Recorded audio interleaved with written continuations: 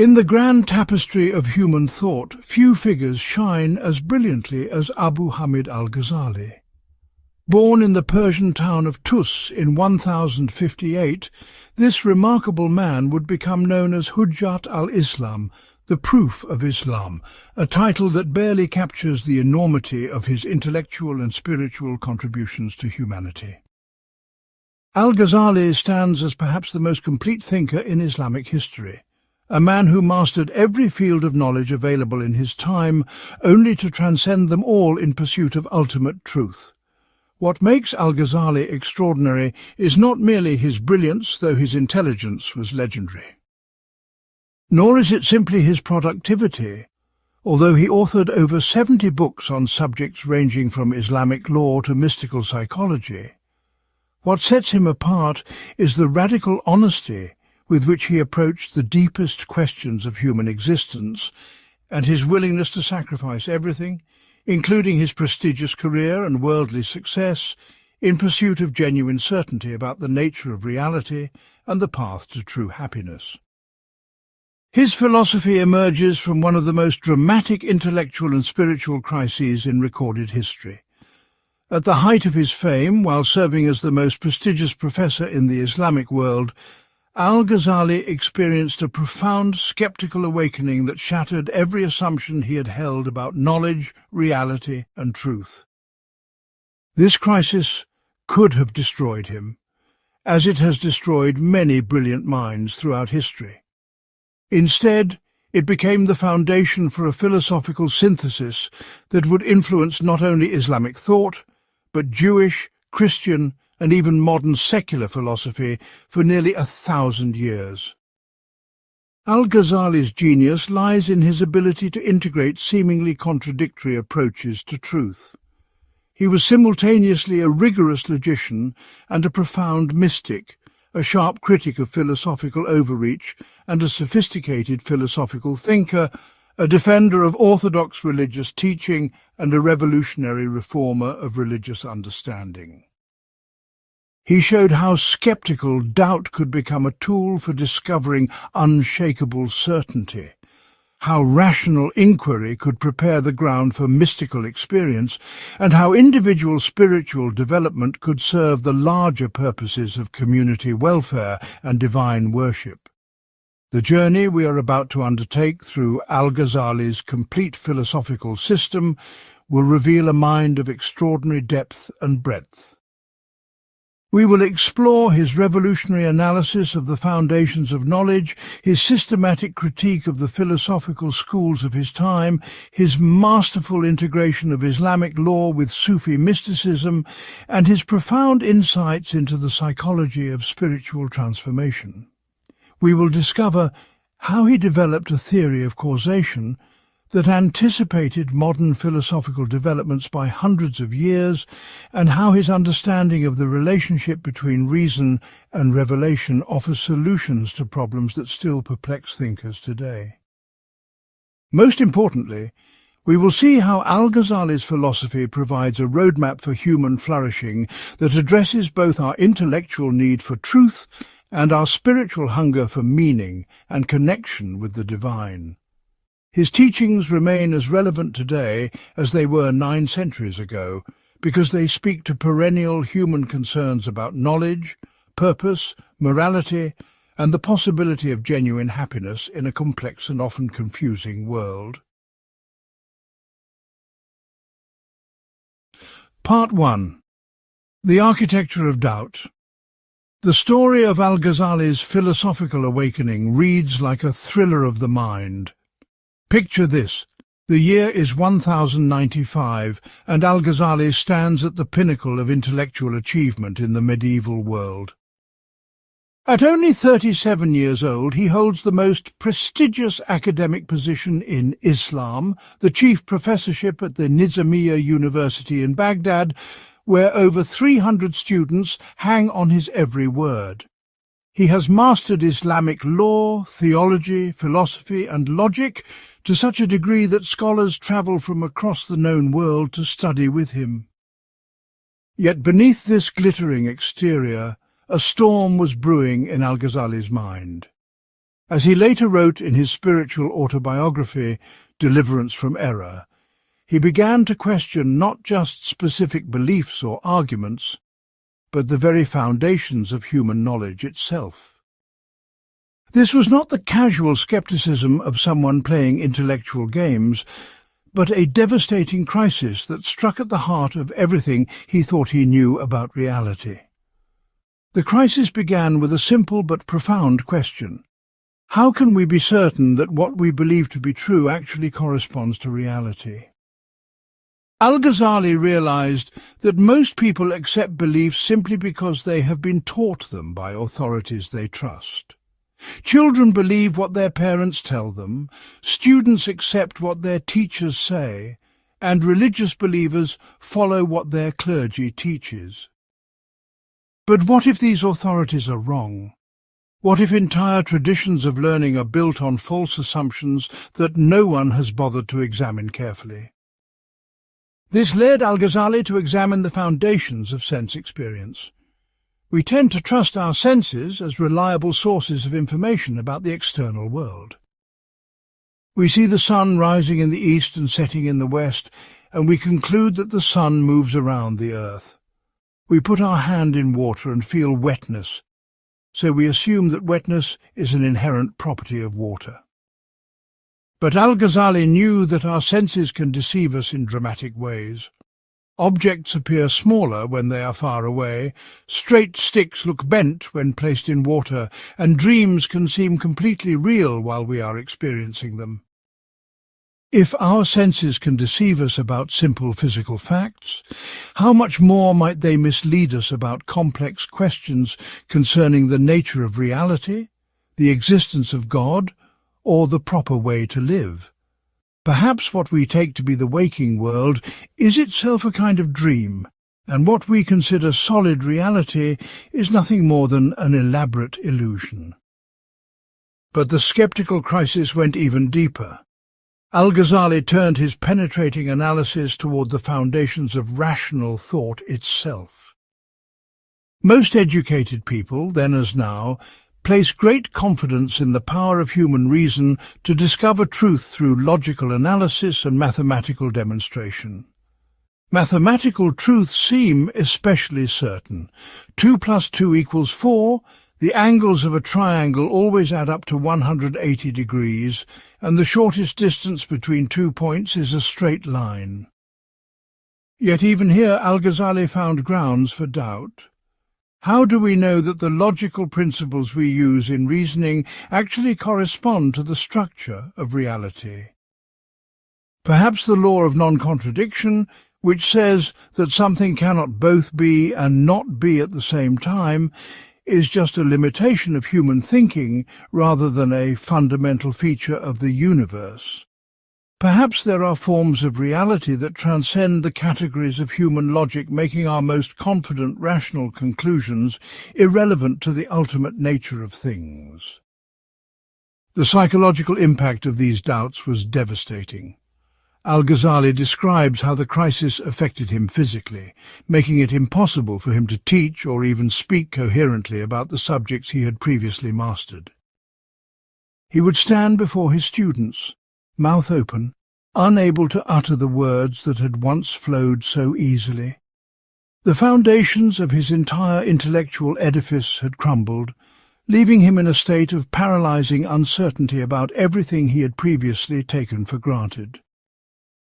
What makes Al-Ghazali's skeptical crisis historically significant is not just its psychological intensity, but its methodical thoroughness. He was not content to doubt randomly or superficially, but developed a systematic approach to questioning that would later influence skeptical traditions in both Islamic and European philosophy. He distinguished between different types of knowledge claims and subjected each to rigorous analysis. He examined the logical structure of arguments, the reliability of different sources of information, and the hidden assumptions that underlie even our most basic beliefs about reality. This methodical doubt was not an end in itself, but a tool for discovering what, if anything, could withstand the most rigorous skeptical scrutiny. Al-Ghazali was searching for a foundation of knowledge so solid that no reasonable doubt could shake it. He wanted to find a bedrock of certainty upon which he could rebuild his understanding of reality, knowledge, and the proper conduct of life. The breakthrough came in a moment of divine illumination that Al-Ghazali describes as a light cast into his heart by God. This was not a rejection of reason, but rather the discovery of a more fundamental foundation that makes rational inquiry possible and meaningful. He realized that the capacity for rational thought itself depends on assumptions that cannot be proven by reason alone. The very fact that we can doubt, analyze and seek truth presupposes the existence of a thinking subject and the possibility of distinguishing between truth and falsehood. But this foundational certainty was not merely intellectual. It came with a direct experiential awareness of the divine reality that underlies and sustains all existence. Al-Ghazali discovered that the deepest truths about reality cannot be grasped through purely theoretical analysis, but require a transformation of consciousness that involves the whole human being, mind, heart and soul. This discovery became the foundation for everything that followed in Al-Ghazali's philosophical development. It provided him with a criterion for evaluating different approaches to knowledge, a method for integrating rational inquiry with spiritual experience, and a vision of human fulfillment that goes beyond both intellectual satisfaction and worldly success. The skeptical crisis that could have destroyed his intellectual life instead became the catalyst for a philosophical synthesis of unprecedented scope and depth. Al-Ghazali's skeptical method differed from modern skepticism in crucial ways. While many modern skeptics use doubt as a way of avoiding commitment to any substantive beliefs about reality, Al-Ghazali used doubt as a tool for discovering unshakable foundations for belief and action. His skepticism was therapeutic rather than corrosive, designed to cure the mind of false certainty so that it could be open to genuine knowledge. He understood that doubt and certainty are not permanent psychological states, but phases in the mind's journey toward truth. The influence of Al-Ghazali's skeptical method extended far beyond his own philosophical system. Later, Islamic philosophers had to grapple with the challenges he raised, leading to more sophisticated analyses of the foundations of knowledge and the relationship between reason and revelation. Medieval Jewish and Christian thinkers who encountered his works through Latin translations were forced to develop more nuanced approaches to questions about faith and reason. Even modern European philosophers like Descartes, who probably never read Al-Ghazali directly, developed methods of systematic doubt that show remarkable similarities to his approach. What makes Al-Ghazali's skepticism particularly powerful is that it emerges from genuine spiritual and intellectual hunger rather than mere academic curiosity. He was not playing intellectual games or showing off his analytical skills, but wrestling with fundamental questions about the meaning and purpose of human existence. His doubt was existential as well as epistemological, touching not only what he could know with certainty, but how he should live and what he should ultimately care about. This existential dimension gives Al-Ghazali's skepticism an urgency and depth that purely academic skepticism often lacks. He understood that skeptical doubt, if left unresolved, can lead to moral paralysis and spiritual despair. If we cannot know anything with certainty, how can we make important decisions about how to live? If all beliefs are equally doubtful, what prevents us from sliding into nihilism or relativism? Al-Ghazali's answer was that genuine skepticism, pursued with complete honesty and courage, ultimately leads beyond itself to a form of knowledge that transcends the limitations of purely human reasoning. The light that God cast into his heart was not an arbitrary revelation that bypassed rational inquiry, but the culmination of rational inquiry pushed to its ultimate limits. When reason reaches the boundaries of what it can accomplish on its own, it opens itself to forms of knowledge that include but transcend purely logical analysis. This insight became central to Al-Ghazali's mature philosophy. He showed how reason and revelation, philosophical inquiry and mystical experience, individual doubt and communal tradition could work together in the search for truth rather than competing with each other. His skeptical method cleared away false certainties and intellectual pride, creating space for the kind of humble, receptive awareness that is necessary for genuine knowledge of ultimate reality. Part 2. The Four Paths Examined. Having emerged from his skeptical crisis with a new foundation of certainty, Al-Ghazali embarked on the most systematic investigation of human knowledge ever attempted by a medieval thinker. He identified 4 major approaches that people use in their search for truth, and he resolved to master each one completely before passing judgment on its validity and limitations. This was not the casual survey of an academic dilettante, but the methodical investigation of a man whose very sanity depended on finding genuine answers to ultimate questions.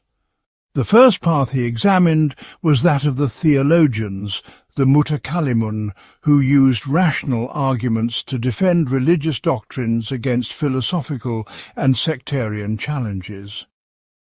Al-Ghazali had been trained in this tradition and knew its strengths intimately. The theologians had developed sophisticated logical techniques for demonstrating the existence of God, proving the possibility of miracles, and showing the rational coherence of revealed teachings. Their arguments could silence skeptics and provide intellectual satisfaction to believers troubled by philosophical doubts. Yet as Al-Ghazali delved deeper into theological methodology, he discovered fundamental limitations that prevented it from providing the kind of certain knowledge his soul craved. The theologians typically began with assumptions drawn from religious tradition, then used logical arguments to defend these assumptions against objections. But what if the original assumptions were questionable? Moreover, theological arguments often dealt with abstract concepts rather than the living reality of divine presence that transforms human consciousness. They could prove that God exists, but they could not provide direct experience of God's reality. Al-Ghazali realized that theology, for all its logical sophistication, remained a defensive discipline rather than a path to genuine knowledge. It could protect existing beliefs from attack, but it could not generate the kind of transformative understanding that changes how a person sees reality and lives in the world. Theological knowledge remained external to the knower, a collection of propositions to be believed rather than truths to be experienced. The second path led into the fascinating and dangerous world of Islamic philosophy, particularly the Aristotelian tradition as developed by brilliant thinkers like Al-Farabi and Avicenna. Al-Ghazali threw himself into philosophical study with characteristic thoroughness, mastering not only the conclusions of the philosophers, but their methods of inquiry and their fundamental assumptions about the nature of reality and knowledge. He was so successful in this endeavour that his summary of philosophical teachings, The Aims of the Philosophers, was later mistaken by some European readers for an endorsement of philosophical positions rather than a preparatory work for his critique.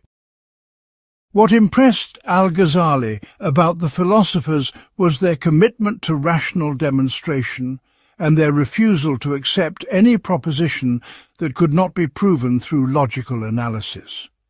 In mathematics, logic, and natural science, They had achieved remarkable results by following evidence wherever it led, regardless of whether the conclusions supported popular beliefs or traditional authorities. Their work in astronomy had revealed the true motions of celestial bodies. Their investigations in medicine had uncovered the causes of diseases, and their logical analyses had clarified the principles of valid reasoning. But when the philosophers moved beyond these empirical and logical domains into metaphysical questions about the ultimate nature of reality, Al-Ghazali detected a fatal flaw in their approach. They claimed the same certainty for their metaphysical speculations that they had achieved in mathematics and logic. But their arguments about the eternity of the world, the nature of divine knowledge, and the destiny of human souls were based on unproven assumptions rather than demonstrative proof. Different philosophical schools reached contradictory conclusions about these ultimate questions, suggesting that philosophical method alone was insufficient for resolving them. More troubling still was the tendency of philosophers to subordinate revealed truth to rational speculation. When philosophical conclusions conflicted with clear teachings of revelation, the philosophers typically assumed that revelation must be reinterpreted to conform to philosophical requirements, rather than considering the possibility that reason might have limitations that revelation could transcend. This philosophical arrogance struck Al-Ghazali as both intellectually unjustified and spiritually dangerous. The third path involved the esoteric claims of the Ismaili movement, which taught that true knowledge was available only to a select elite who had received secret teachings from divinely inspired leaders. The Ismailis promised to resolve all intellectual and spiritual difficulties through access to hidden knowledge that ordinary believers could never discover through their own efforts. This appealed to Al-Ghazali's desire for certain knowledge, and he investigated their claims with the same thoroughness he had applied to theology and philosophy. What he discovered was a system based on circular reasoning and unsupported assertions. The Ismailis claimed authority based on their possession of secret knowledge, but when pressed to demonstrate this knowledge, they could only point back to their claims of authority.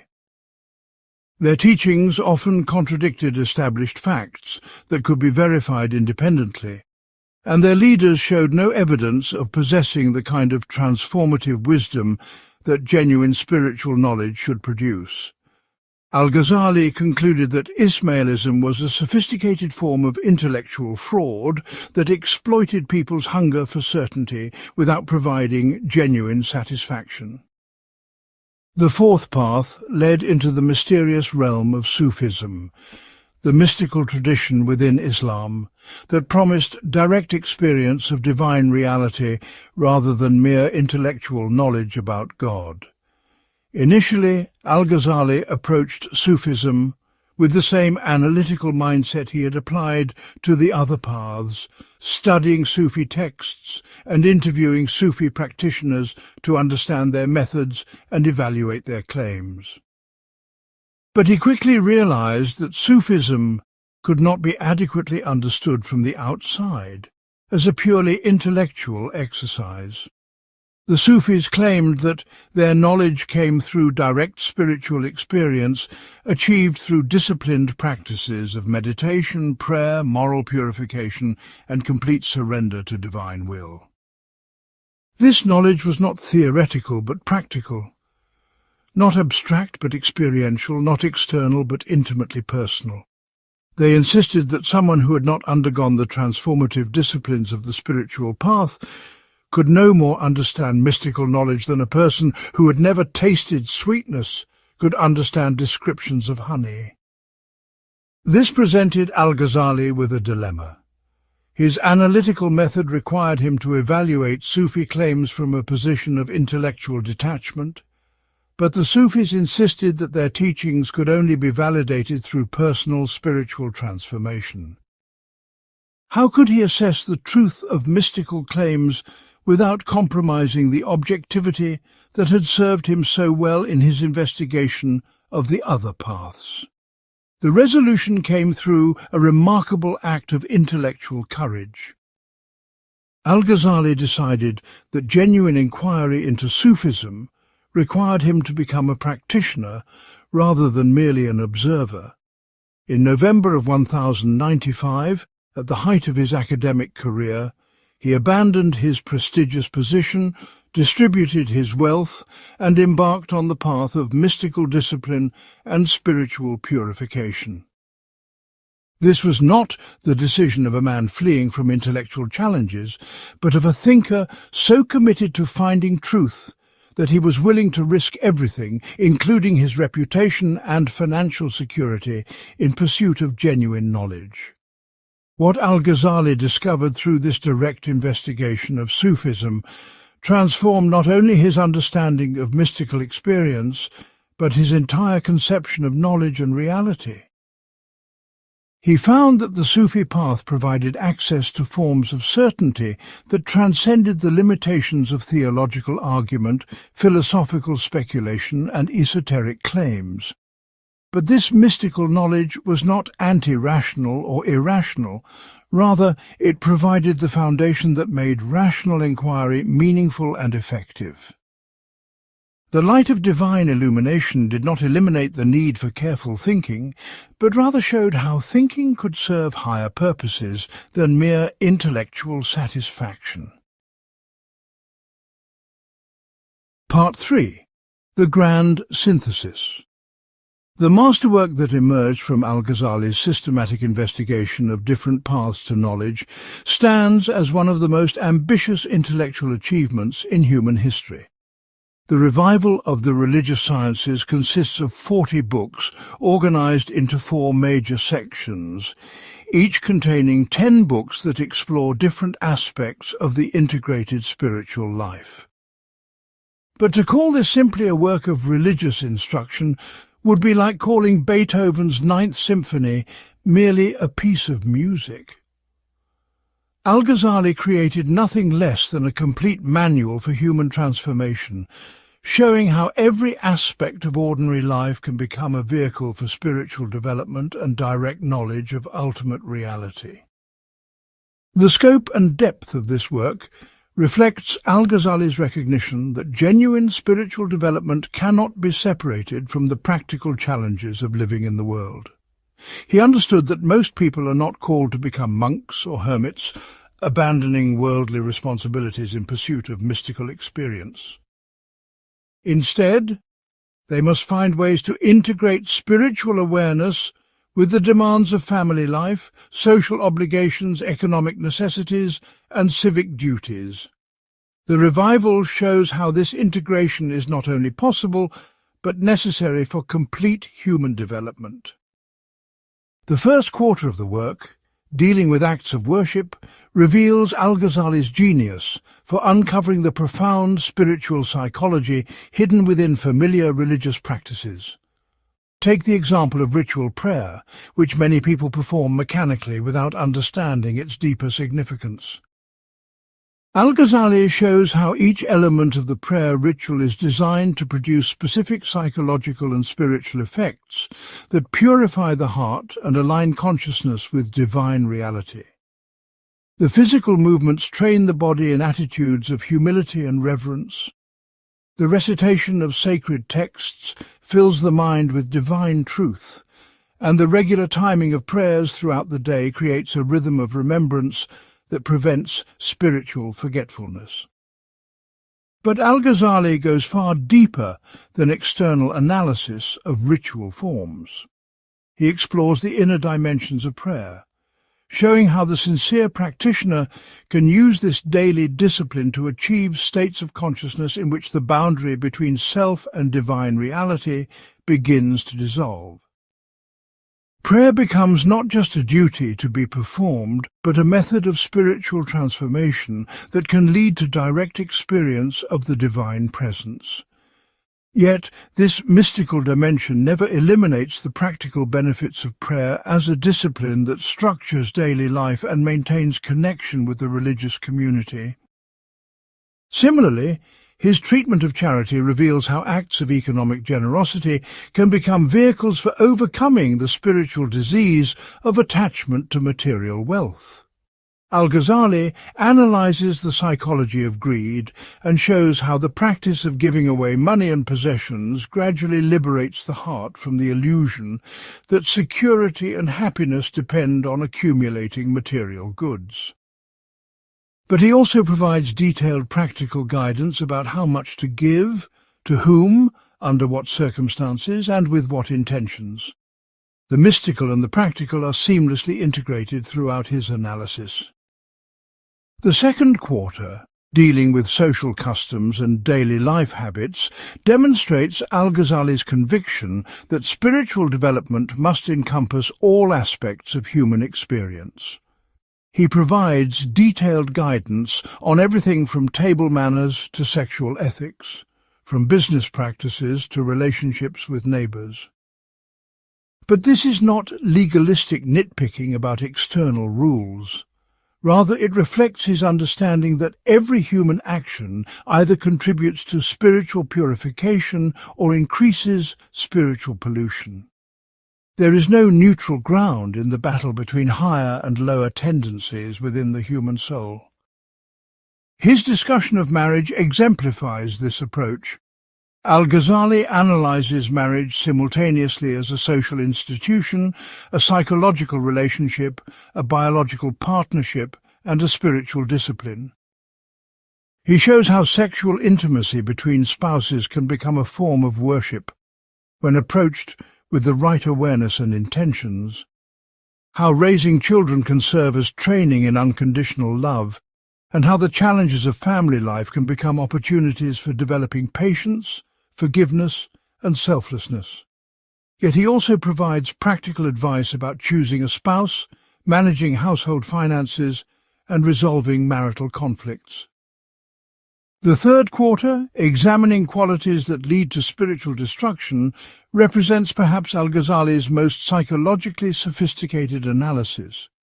He identifies and dissects the major spiritual diseases that prevent the heart from achieving its natural clarity and receptivity to divine light. But his approach is neither moralistic condemnation nor abstract philosophical analysis. Instead, he provides detailed psychological investigation of how destructive qualities develop, how they reinforce each other, and how they can be gradually transformed. His analysis of pride, for example, reveals it as perhaps the most dangerous of all spiritual diseases because it corrupts the very faculty of spiritual discernment that should guide the seeker toward truth. The proud person becomes incapable of recognizing their own limitations or accepting guidance from others, making genuine spiritual progress impossible. Al-Ghazali traces the subtle ways that pride can disguise itself as virtue, how intellectual achievement can become a source of spiritual blindness, and how even religious accomplishments can feed the ego rather than purifying it. But he does not leave the reader paralyzed by awareness of these dangers. Instead, he provides specific practices and mental disciplines that can gradually undermine the foundations of pride and cultivate genuine humility. He shows how regular self-examination can reveal the self-deceptive tendencies of the ego, how service to others can break down barriers of self-centeredness, and how remembrance of death can put personal achievements in proper perspective. The fourth quarter, exploring qualities that lead to salvation, represents Al-Ghazali's positive vision of human spiritual potential. Here he describes the higher states of consciousness that become possible when the heart has been purified of destructive qualities and open to divine influence. But again, his approach combines practical guidance with profound mystical insight. He shows how qualities like patience, gratitude, trust in God, and love of the divine can be systematically cultivated through specific practices and mental disciplines. His treatment of repentance illustrates this integration of the practical and the mystical. At one level, repentance involves recognition of wrongdoing, genuine remorse, seeking forgiveness, and firm resolution to avoid similar mistakes in the future. But Al-Ghazali shows how true repentance goes much deeper, involving a fundamental reorientation of consciousness away from reliance on personal will and toward complete dependence on divine mercy. The deepest repentance is not just sorrow for particular sins, but recognition of the fundamental inadequacy of human effort apart from divine grace. This recognition leads naturally into the highest stages of spiritual development, where individual will becomes transparent to divine will and personal consciousness expands to include direct awareness of ultimate reality. Yet Al-Ghazali never treats these advanced spiritual states as escapes from ordinary human responsibilities. Instead, he shows how mystical realization enhances rather than eliminates the capacity for effective action in the world. The person who has achieved direct knowledge of divine reality becomes more, not less, capable of serving others and fulfilling the legitimate demands of social existence. Part 4. The Incoherence Unveiled. In 1095, the same year he abandoned his prestigious academic career, Al-Ghazali completed what would become one of the most influential philosophical works in history, The Incoherence of the Philosophers. This devastating critique of Aristotelian philosophy sent shockwaves through the intellectual world that are still reverberating today. Yet the work is widely misunderstood, often portrayed as an anti-rational attack on philosophical inquiry itself rather than what it actually represents, a surgical precision strike against specific philosophical claims that Al-Ghazali believed violated both logical rigor and spiritual truth. To understand the true significance of the incoherence, we must appreciate the intellectual context in which it appeared. The Islamic world of Al-Ghazali's time was dominated by brilliant philosophers who had absorbed and developed the Aristotelian tradition with remarkable sophistication. Thinkers like Al-Farabi and Avicenna had created comprehensive philosophical systems that claimed to provide rational demonstrations of fundamental truths about God, the universe, and human destiny. These philosophers enjoyed enormous prestige among educated Muslims and had influenced even religious scholars who should have been more suspicious of purely rational approaches to ultimate questions. Al-Ghazali's genius was to attack the philosophers using their own weapons. Rather than rejecting philosophical method altogether, he demonstrated that the philosophers themselves had violated the logical standards they claimed to follow. He showed that their most confident conclusions about metaphysical questions were based on unproven assumptions rather than genuine demonstrations, and that their arguments contained logical fallacies that would be obvious if applied to less exalted subjects. The work is organized around 20 specific philosophical positions that Al-Ghazali subjects to detailed logical analysis. But 3 of these positions are singled out as so dangerous that anyone who holds them should be considered an unbeliever whose blood may legitimately be shed. These 3 positions strike at the heart of theistic religion and cannot be reconciled with genuine belief in God as understood by the revealed traditions. The first heretical position concerns the eternity of the world. The philosophers argued that the universe has always existed as an eternal emanation from the divine essence, without beginning in time and without the possibility of ending. Al-Ghazali recognized that this position, however sophisticated its philosophical justification, eliminates any meaningful sense of divine creation and reduces God to a merely formal cause rather than the free, personal creator described in revealed scripture. If the world is eternal, then God did not choose to create it, cannot alter its fundamental structure, and bears no personal responsibility for its existence. Al-Ghazali's refutation of this position reveals his sophisticated understanding of both philosophy and theology. He shows that the philosophical arguments for eternity are based on questionable assumptions about the relationship between divine perfection and temporal action. The philosophers assumed that any change in God, including the decision to create the world at a particular moment, would imply imperfection or lack in the divine nature.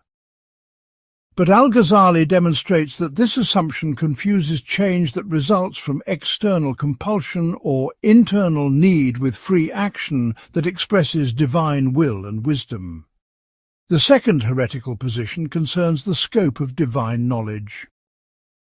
The philosophers claim that God knows only universal principles and eternal truths, but not the particular events that occur in the temporal world. According to this view, God knows the general laws that govern physical processes, but not whether a particular sparrow falls from a tree at a specific moment. This position seemed necessary to the philosophers because they could not conceive how an eternal, unchanging being could have knowledge of temporal, changing events without itself being subject to change. Al-Ghazali recognized that this philosophical sophistication comes at the cost of eliminating any meaningful relationship between God and the world. If God does not know particular events, then divine providence becomes meaningless, prayer becomes futile, and moral accountability becomes impossible. How can God reward good deeds and punish evil ones without knowing what particular individuals have actually done? Al-Ghazali shows that the philosophical concern about divine immutability reflects a confused understanding of what perfection means when applied to divine knowledge. The third heretical position involves the denial of bodily resurrection. The philosophers argued that only the rational soul survives death, while the body dissolves permanently into its constituent elements. They claimed that the Quranic descriptions of physical resurrection, heavenly pleasures, and hellish punishments should be interpreted allegorically as symbols of spiritual states, rather than literal descriptions of post-mortem existence. This position struck Al-Ghazali as both philosophically unjustified and religiously dangerous. Philosophically, it assumes that the relationship between soul and body is so external that the soul could exist in a completely disembodied state without losing essential aspects of personal identity. But human consciousness as we know it is intimately connected with bodily experience, and it is unclear how personal identity could be preserved without some form of embodied existence. Religiously, the denial of bodily resurrection eliminates the possibility of divine justice being fully realized in a future life, making moral effort seem ultimately meaningless. But Al-Ghazali's critique goes beyond these three specific positions to address the fundamental methodology of the philosophers. He shows that they claim the same degree of certainty for their metaphysical speculations that they achieve in mathematics and logic, but their metaphysical arguments do not meet the standards of demonstration that would justify such confidence. In mathematics, different practitioners reach the same conclusions because mathematical truths can be rigorously demonstrated from commonly accepted axioms. But in metaphysics, different philosophical schools reach contradictory conclusions, suggesting that their methods are inadequate for resolving ultimate questions about reality. This methodological critique leads Al-Ghazali to a profound analysis of the relationship between human reason and ultimate truth.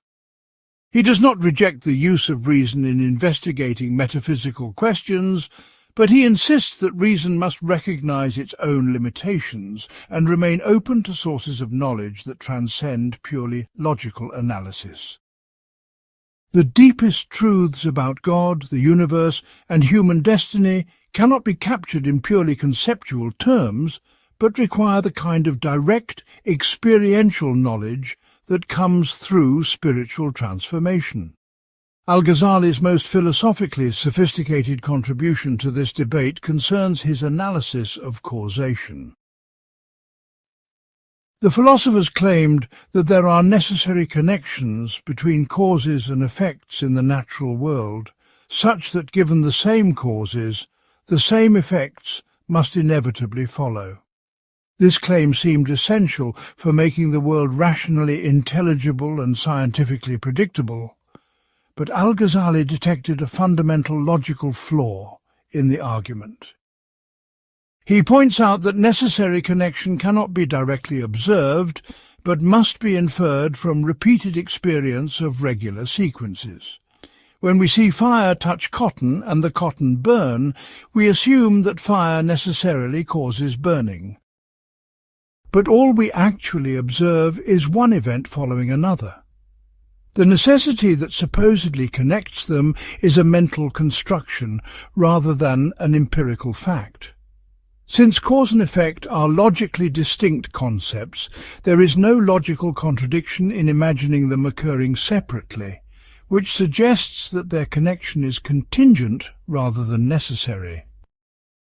This analysis leads Al-Ghazali to propose what became known as occasionalism, the view that God is the only genuine cause of all events in the natural world. What we interpret as natural causation is actually God's customary way of creating events in regular sequences that appear to us as cause and effect relationships. This preserves both the regularity that makes scientific investigation possible and the divine freedom that makes miracles possible. God typically follows consistent patterns in creating events, but he remains free to act differently when his wisdom determines that departure from the usual course would serve a higher purpose. Part 5. The Light of Illumination. Near the end of his extraordinary intellectual journey, Al-Ghazali produced a work that represents the highest synthesis of his philosophical and mystical insights, The Niche of Lights. Written in his mature years when decades of scholarly investigation and spiritual practice had reached their culmination, this remarkable text explores the deepest questions about the relationship between human consciousness and ultimate reality. The work takes its title and central imagery from the famous light verse of the Quran, but Al-Ghazali transforms this scriptural foundation into a comprehensive theory of knowledge that integrates rational analysis, mystical experience, and revealed truth. The central metaphor of light serves multiple functions in Al-Ghazali's analysis. At the most basic level, light represents the faculty of consciousness that makes knowledge possible. Just as physical light illuminates objects so that the eye can perceive them, spiritual light illuminates truth so that the mind can understand it. But Al-Ghazali goes much deeper than this simple analogy, developing a sophisticated analysis of different levels of reality and corresponding modes of knowledge. He distinguishes between three fundamental levels of existence, each requiring a different kind of illumination for proper understanding. The first level is the ordinary world of physical objects and sensory experience. This level can be investigated through empirical observation and rational analysis, the methods that natural philosophers and logicians employ with considerable success. The light that illuminates this level is the natural capacity of human reason, which can discover mathematical relationships, logical principles, and empirical regularities. But Al-Ghazali shows that this level of reality, however important for practical life, is ultimately dependent on higher levels that cannot be adequately understood through purely rational methods. The physical world is like shadows cast by more fundamental realities, and someone who mistakes shadows for ultimate truth will remain trapped in a cave of illusions. This imagery, reminiscent of Plato's famous cave allegory, reflects Al-Ghazali's conviction that most people live in a world of appearances rather than penetrating to the essential nature of reality. The second level consists of the realm of rational concepts, logical relationships, and mathematical truths. This is the domain that philosophers explore when they investigate questions about substance and accident, cause and effect, universal and particular, necessary and contingent. The light that illuminates this level is the higher intellectual faculty that can grasp abstract relationships and logical principles. Al-Ghazali acknowledges the value and legitimacy of this kind of investigation, but he insists that it too has limitations that prevent it from reaching ultimate truth. The fundamental limitation of purely rational knowledge is that it remains external to the knower. Even when reason discovers valid logical relationships or empirical regularities, this knowledge does not transform the consciousness of the knower in the way that direct experience does.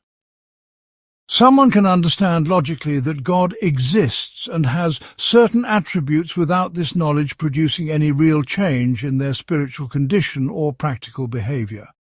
Rational knowledge about ultimate reality remains abstract and theoretical unless it is complemented by direct experiential knowledge. The third level is the realm of pure spiritual reality, accessible only through the kind of direct illumination that comes from divine grace, acting upon a consciousness that has been properly prepared through moral purification and spiritual discipline. This is not knowledge about God, but knowledge of God, not conceptual understanding of divine attributes, but direct awareness of divine presence. The light that illuminates this level is not produced by human effort alone, but represents the self-disclosure of ultimate reality to consciousness that has become transparent to divine influence. Al-Ghazali's analysis of this highest level of knowledge is particularly sophisticated because he avoids both the crude anthropomorphism that would reduce divine reality to human categories and the abstract conceptualism that would eliminate any meaningful relationship between God and human consciousness. He shows how direct spiritual knowledge involves a kind of participation in divine reality that transcends the subject-object distinction characteristic of ordinary experience without eliminating the distinction between creator and creature. The practical implications of this three-level analysis are profound. Al-Ghazali shows how genuine spiritual development requires the integration of all three levels, rather than the rejection of lower levels in favor of higher ones. Empirical observation and rational analysis provide necessary preparation for spiritual illumination by training consciousness in careful attention and logical discrimination. But they must be transcended, not abandoned, as consciousness opens itself to forms of knowledge that include but surpass purely human reasoning. This integration requires what Al-Ghazali calls the purification of the heart, a systematic process of moral and spiritual transformation that removes the obstacles preventing consciousness from receiving divine illumination. These obstacles include not only obvious moral failings like greed, hatred and pride, but subtle forms of intellectual and spiritual pride that can affect even sincere seekers of truth. The scholar who becomes attached to their own learning, the mystic who becomes proud of their spiritual experiences, and the philosopher who becomes confident in their rational demonstrations all create barriers that prevent the kind of humble receptivity necessary for genuine illumination. The process of purification involves both negative and positive aspects. Negatively, it requires the systematic elimination of spiritual diseases that cloud the heart's natural clarity and prevent it from functioning as a clear mirror for divine light. This involves not only avoiding obviously sinful behavior, but cultivating the kind of sensitive spiritual awareness that can detect and eliminate subtle forms of selfishness and self-deception. Positively, purification involves the cultivation of spiritual qualities that prepare consciousness for higher forms of knowledge. These include humility, which opens the heart to guidance from sources beyond the individual ego; gratitude, which recognizes that all genuine knowledge comes as a gift rather than personal achievement; patience, which sustains spiritual effort through periods of dryness and difficulty; and love, which provides the motivation for the kind of complete surrender necessary for ultimate realization. Al-Ghazali's treatment of love as an epistemological as well as emotional phenomenon represents one of his most original contributions to philosophical psychology.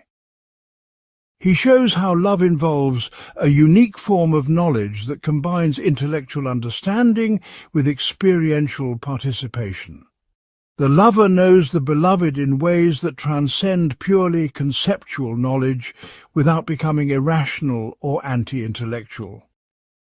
Similarly, the spiritual seeker who develops genuine love for ultimate reality gains access to forms of knowledge about the divine nature that remain closed to purely academic investigation.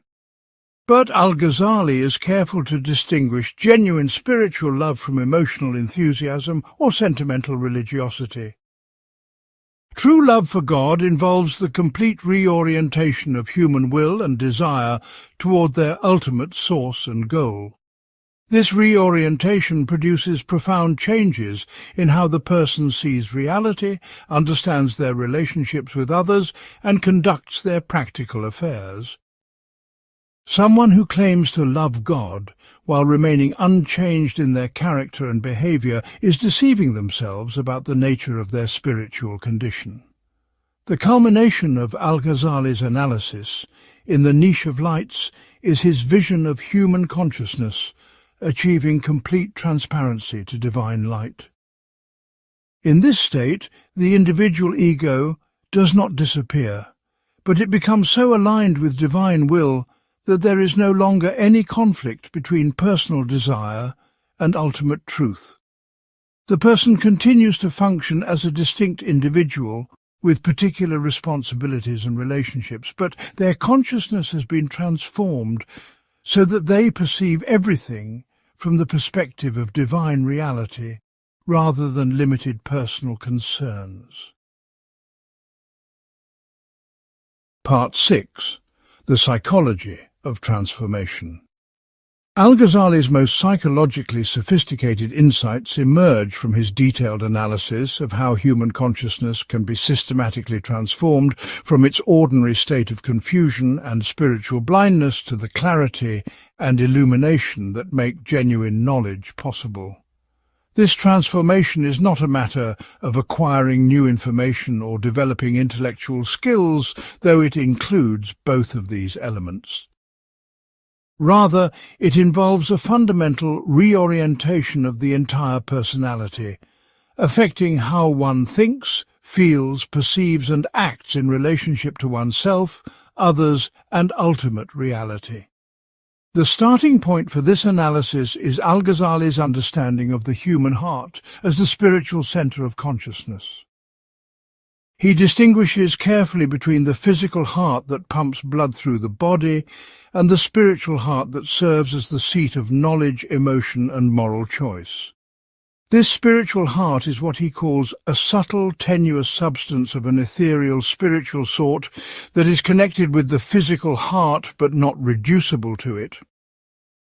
The spiritual heart is the real essence of human personality, the center from which all genuine knowledge and meaningful action must flow. In its natural state, the heart possesses an innate capacity to reflect spiritual truth, functioning like a polished mirror that can receive and transmit divine light. But this natural capacity becomes obscured and distorted through the accumulated effects of wrong thinking, destructive emotions, and morally corrupt behavior. The heart's mirror-like surface becomes covered with what Al-Ghazali calls rust and tarnish that prevent it from reflecting spiritual reality clearly. The process of spiritual transformation involves systematically removing these obstructions so that the heart can resume its natural function as a receiver and transmitter of divine illumination. Al-Ghazali identifies several major categories of spiritual disease that prevent the heart from achieving its natural clarity. The first category involves what he calls the diseases of belief, which include all forms of intellectual error that distort understanding of fundamental truths about reality.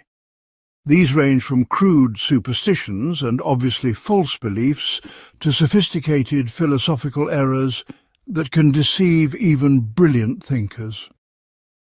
The remedy for diseases of belief is sound knowledge based on revelation, reason, and authentic spiritual experience working together in proper harmony. But intellectual correction alone is insufficient for spiritual transformation, because most spiritual diseases involve the emotions and the will rather than mere intellectual confusion. The second category consists of emotional diseases that create distorted relationships between the self and external reality. These include not only obvious emotional problems like uncontrolled anger, paralyzing fear, and chronic depression, but subtle emotional distortions that can affect even apparently well-adjusted people. Pride represents perhaps the most dangerous of all emotional diseases because it corrupts the very faculty of spiritual discernment that should guide the seeker toward truth. The proud person becomes so attached to their own opinions, achievements and status that they cannot recognize their limitations or accept guidance from sources beyond their personal understanding. Al-Ghazali shows how pride can disguise itself in apparently virtuous forms. The scholar who takes pride in their learning, the mystic who becomes attached to their spiritual experiences, the moral reformer who becomes self-righteous about their ethical commitments. The remedy for pride involves cultivating genuine humility through practices that reveal the fundamental dependence of human consciousness on sources of knowledge and power beyond individual control. Regular contemplation of death reminds the proud person of their ultimate powerlessness and the temporary nature of all human achievements. Service to others, particularly those who cannot provide anything in return, helps break down the barriers of self-centeredness that feed prideful attitudes. Most importantly, systematic self-examination reveals the self-deceptive tendencies of the ego and the subtle ways that pride can corrupt even sincere efforts at spiritual development. Envy represents another major emotional disease that Al-Ghazali analyzes with remarkable psychological insight. The envious person suffers from the good fortune of others and takes pleasure in their misfortunes, creating a fundamentally distorted relationship with the social world. But Al-Ghazali shows that envy is ultimately self-destructive because it prevents the envious person from appreciating the good qualities in others that could serve as models for their own development. Moreover, envy reflects a fundamental misunderstanding of divine justice and mercy, as if God's blessings were a limited resource that must be rationed carefully rather than an unlimited gift that increases when shared. The remedy for envy involves developing what Al-Ghazali calls spiritual magnanimity, the capacity to rejoice genuinely in the success and happiness of others. This is not merely a matter of suppressing envious feelings through willpower, but of cultivating a different understanding of one's relationship to others and to ultimate reality. When consciousness expands beyond narrow self-interest, to include genuine concern for the welfare of all conscious beings, envy becomes literally impossible because the success of others is experienced as one's own success. Anger presents particularly complex challenges because it can serve constructive as well as destructive functions. Righteous anger at injustice and moral corruption can motivate necessary reforms and protective actions. But uncontrolled anger destroys the inner peace and clarity of judgment necessary for effective moral action. Al-Ghazali shows how to distinguish between legitimate anger that serves justice and destructive anger that serves only the ego's desire for dominance and revenge. The transformation of anger requires developing what he calls spiritual strength, the capacity to respond to provocations with wisdom rather than mere emotional reaction. This involves not the suppression of all strong feeling, but the rechanneling of emotional energy in service of higher purposes.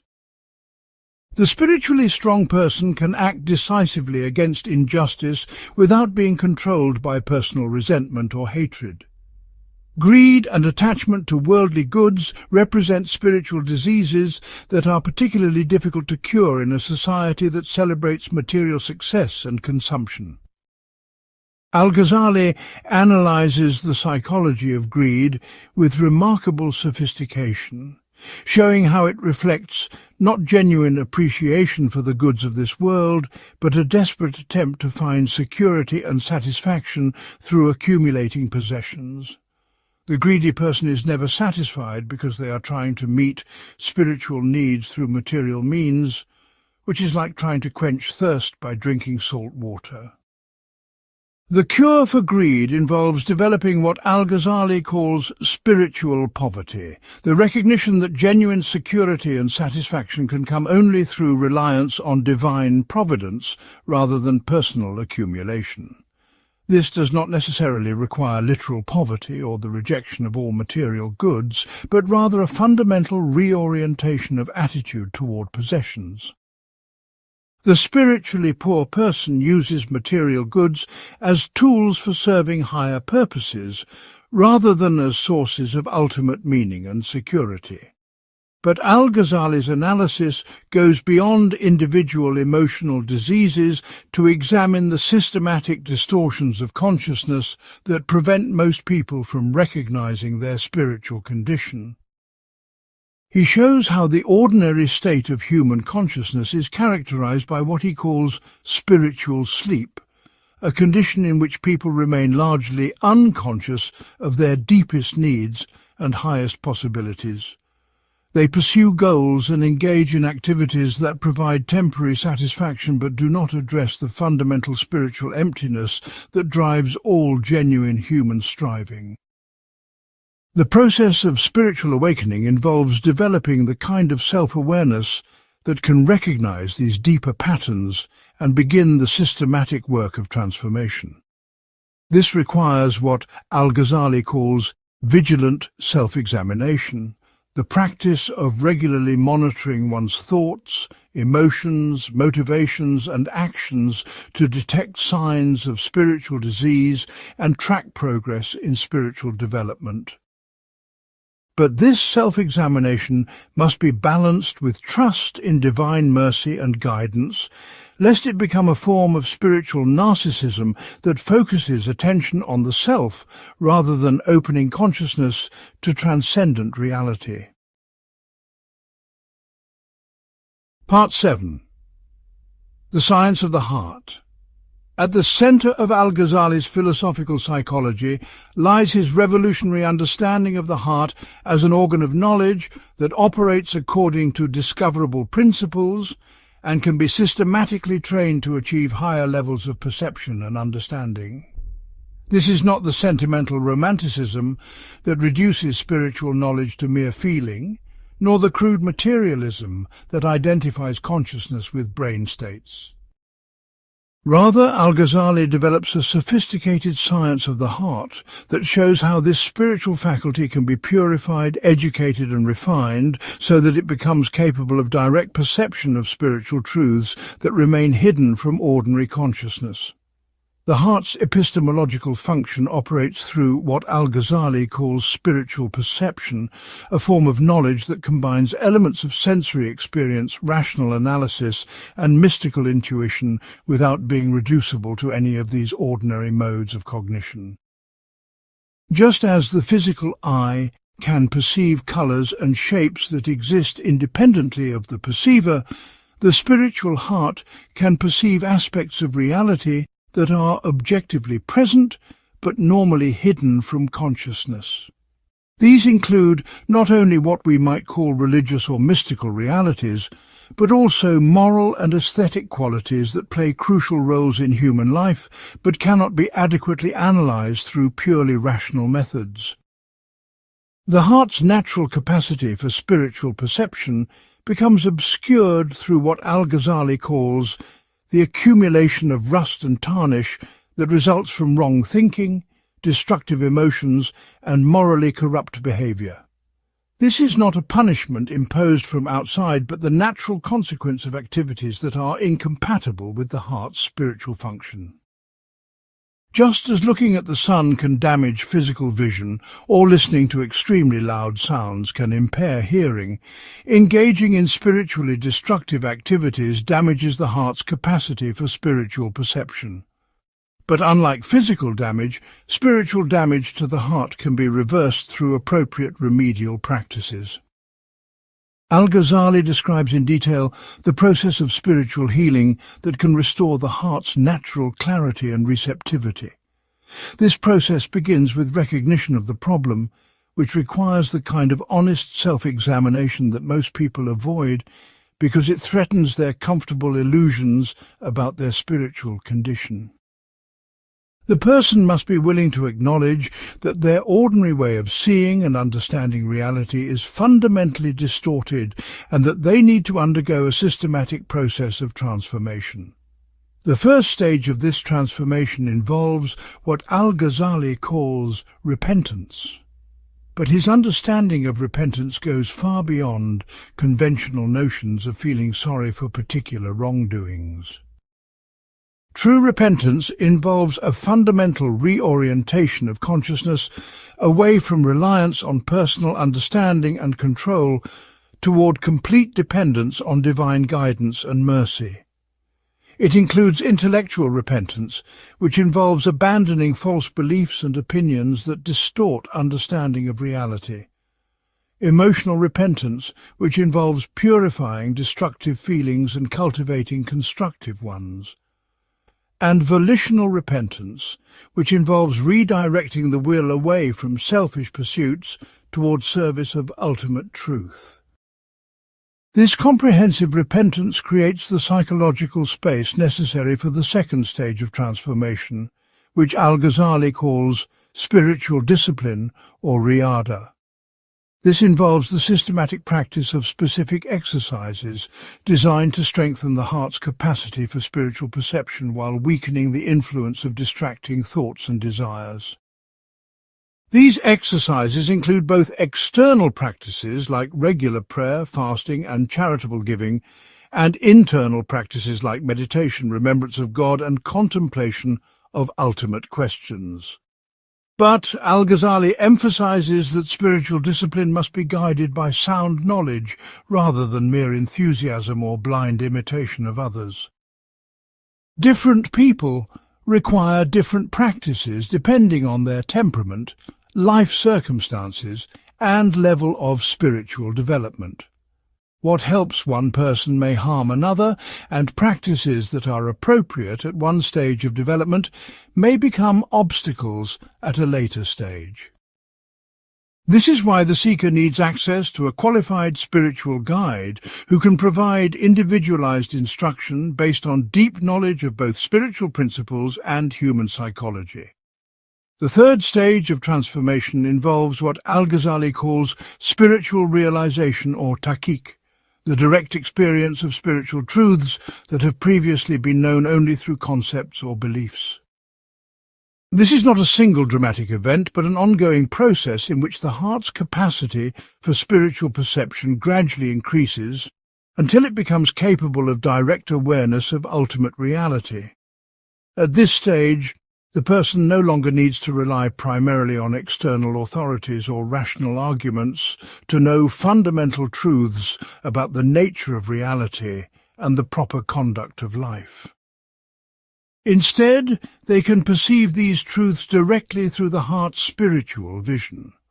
But Al-Ghazali is careful to distinguish genuine spiritual realization from various counterfeit states that can deceive even sincere seekers.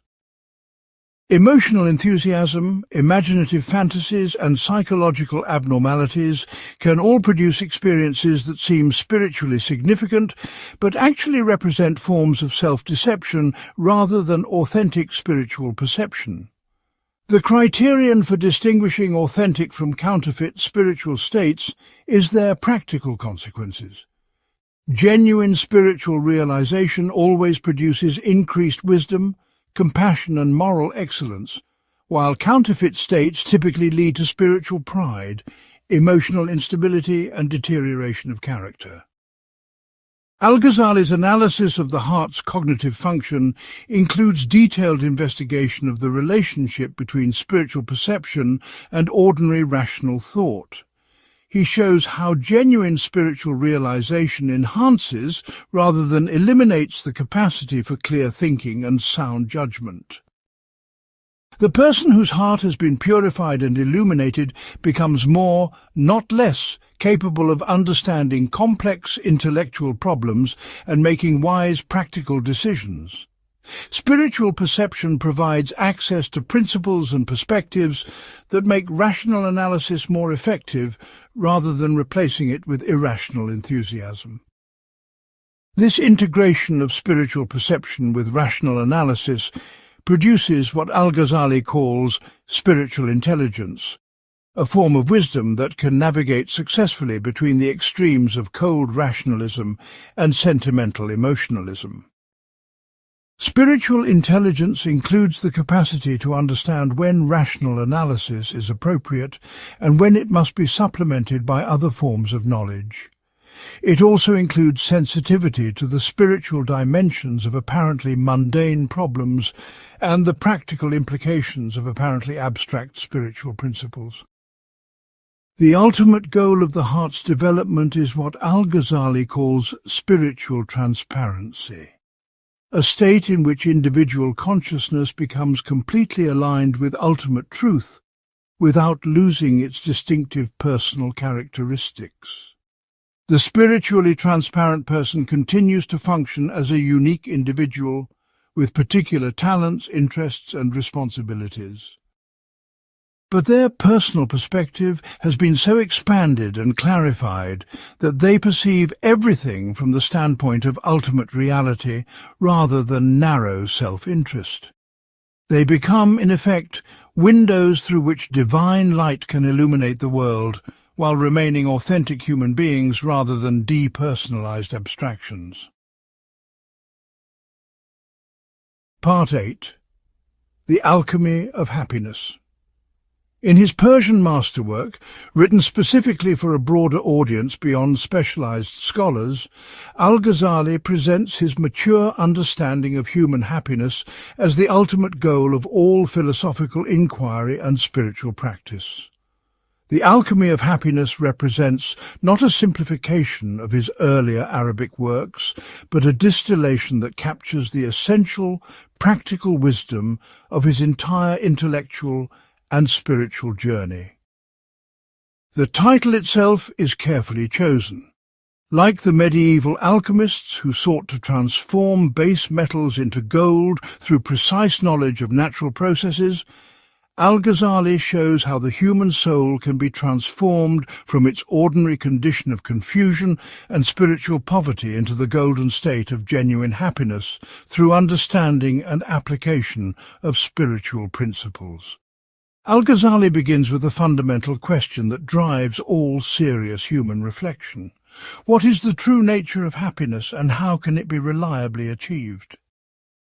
He observes that everyone seeks happiness instinctively, but most people pursue it through means that actually lead away from, rather than towards, genuine satisfaction.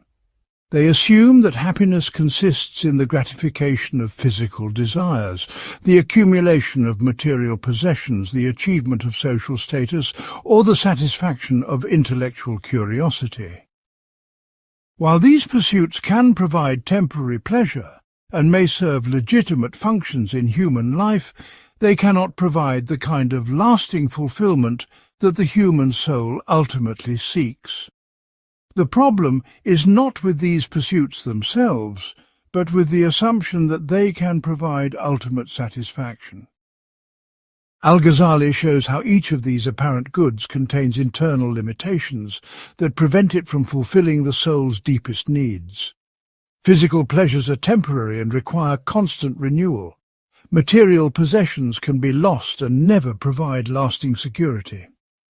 Social status depends on the opinions of others and can change unpredictably. Intellectual achievements, however impressive, leave the deeper questions about meaning and purpose unanswered. True happiness, according to Al-Ghazali's analysis, must be based on something that transcends these temporal and contingent goods. It must be grounded in the soul's relationship to that which is eternal, infinite, and absolutely reliable. This means that genuine happiness can come only through knowledge and love of ultimate reality, which religious traditions call God, and which philosophers approach through various concepts like the absolute, the one, or pure being. But this knowledge cannot remain merely theoretical or abstract. It must become experiential and transformative if it is to produce the kind of happiness that satisfies the soul's deepest longings. Al-Ghazali organizes his analysis around 4 fundamental types of knowledge that constitute the components of spiritual alchemy. Each type of knowledge builds upon the others in a systematic progression that leads from ordinary consciousness to direct awareness of ultimate reality. But this is not merely an intellectual progression. Each stage involves practical transformation of how one thinks, feels, and acts in relationship to oneself, others, and the world. The first component is knowledge of the self, which involves understanding the true nature of human consciousness and its relationship to the physical body. Most people identify themselves with their bodies, emotions, thoughts, or social roles. But Al-Ghazali shows that the real self is the spiritual essence that uses these various instruments without being reducible to any of them. This spiritual self has capacities and needs that cannot be satisfied through purely physical or social activities. Understanding this distinction is crucial because efforts to find ultimate satisfaction through bodily pleasures or external achievements are doomed to failure when they are based on fundamental misunderstanding of what the self actually is. But knowledge of the self must go beyond abstract understanding to include practical wisdom about how to manage the relationship between the spiritual essence and its various instruments. The body has legitimate needs that must be met. Emotions provide valuable information that must be interpreted correctly. Thoughts serve important functions that must be guided wisely. And social relationships create responsibilities that must be fulfilled conscientiously. The art of spiritual living involves learning to use all these aspects of human experience in service of the soul's ultimate purpose without becoming enslaved to any of them. The second component is knowledge of God, which involves understanding the divine attributes and their relationship to creation. But Al-Ghazali emphasizes that this knowledge must begin with recognizing the limitations of human concepts when applied to ultimate reality. All human language and thought operates through finite categories that cannot adequately capture the infinite nature of divine reality. This does not mean that we cannot have genuine knowledge of God, but rather that our knowledge must include recognition of its own limitations and openness to forms of understanding that transcend purely conceptual analysis. Knowledge of God includes understanding the divine names and attributes that are revealed through Scripture and can be confirmed through rational reflection and spiritual experience. These include attributes like absolute existence, perfect knowledge, unlimited power, complete wisdom, and infinite mercy. But the purpose of understanding these attributes is not merely intellectual satisfaction, rather, it is to guide the seeker in developing corresponding qualities in their own character, insofar as this is possible for finite beings. The person who truly understands divine mercy becomes more merciful. The one who grasps divine wisdom becomes wiser. The one who appreciates divine beauty becomes more beautiful in character. The third component is knowledge of this world as it really is, which involves seeing through the illusions and deceptions that normally distort human perception of temporal reality. Most people see the world as a collection of independent objects and events that can provide ultimate satisfaction if approached correctly. But Al-Ghazali shows that the world is actually a complex system of signs and symbols that point beyond themselves to spiritual realities. Everything in the physical universe serves as a mirror, reflecting aspects of divine reality. And the person who learns to read these signs correctly can find spiritual instruction everywhere.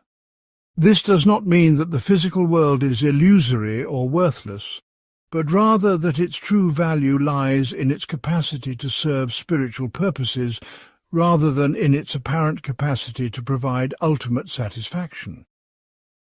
The beauties of nature can awaken appreciation for divine beauty. The regularities of physical processes can inspire awe at divine wisdom. The interdependence of all created things can teach lessons about the unity that underlies apparent diversity. But these spiritual lessons can be learned only by those who approach the world with the right attitude and understanding.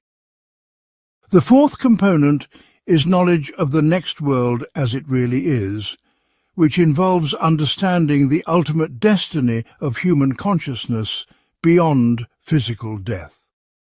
Al-Ghazali shows that this knowledge is not merely about what happens after death, but about the eternal dimension of consciousness that exists even now, but is normally hidden from awareness. The next world is not simply a different location where consciousness continues after leaving the body. Rather, it represents the full realization of spiritual potentials that can begin to be actualized even in this life. Understanding the next world correctly transforms how one approaches present responsibilities and opportunities. Someone who grasps the eternal consequences of present choices naturally develops different priorities and perspectives than someone who assumes that death ends all consciousness and accountability. But this knowledge must be balanced with appropriate attention to legitimate worldly concerns. The goal is integration rather than escapism. The person who truly understands the next world becomes more, not less, effective in serving constructive purposes in this world. Al-Ghazali shows how these four types of knowledge work together, like the components of an alchemical formula, to transform the soul from its base condition of spiritual ignorance to the golden state of direct awareness of ultimate reality. This transformation cannot be accomplished through intellectual study alone, though sound understanding provides necessary guidance. It requires systematic practice of spiritual disciplines that gradually purify the heart and prepare it to receive divine illumination. But neither can it be accomplished through spiritual practice alone without the guidance that comes from sound knowledge. Blind enthusiasm often leads to self-deception rather than genuine realization. The ultimate happiness that results from this alchemical transformation is qualitatively different from any form of satisfaction available through temporal pursuits. It does not depend on external circumstances and cannot be destroyed by changes in health, wealth, social status, or even physical death. It provides the kind of complete fulfillment that makes all other goods appear as pleasant additions rather than desperate necessities. Most importantly, it naturally expresses itself in increased service to others and greater effectiveness in fulfilling the constructive purposes for which human beings were created. Part 9. The Integration of Paths. The crowning achievement of Al-Ghazali's philosophical career lies not in any single insight or argument, but in his unprecedented integration of different approaches to knowledge and spiritual development that had previously been considered incompatible or mutually exclusive. He showed how rigorous rational inquiry, authentic mystical experience, faithful adherence to revealed guidance, and effective engagement with practical social responsibilities could work together in a comprehensive approach to human flourishing that honours the complexity of human nature and the multidimensional character of reality. This integration was not achieved through superficial compromise or vague generalities that avoid difficult questions, but through penetrating analysis of the legitimate scope and necessary limitations of each approach. Al-Ghazali understood that conflicts between reason and revelation, individual spiritual development and social responsibility, or mystical experience and practical action typically arise from misunderstanding the proper function and appropriate limits of each domain rather than from genuine incompatibility. When each approach is understood correctly and practiced within its proper sphere, they complement and strengthen each other rather than competing for exclusive authority. His integration of reason and revelation provides perhaps the most sophisticated solution to this perennial problem in the history of religious thought. Al-Ghazali shows that genuine rational inquiry leads naturally toward the kinds of questions that can only be answered adequately through revealed guidance, while authentic revelation provides the framework within which rational investigation can operate most effectively. Reason can demonstrate the existence of God, the possibility of prophecy, and the necessity of moral accountability, but it cannot determine the specific content of divine commands or the detailed structure of spiritual development. Revelation provides this specific guidance while confirming and building upon the general conclusions that reason can reach independently. This means that conflicts between reason and revelation typically indicate either inadequate rational analysis or misunderstanding of revealed teachings rather than genuine contradiction between the two sources of knowledge. When reason appears to contradict revelation, the careful investigator should examine whether their rational arguments are actually sound or whether they are interpreting revealed texts correctly.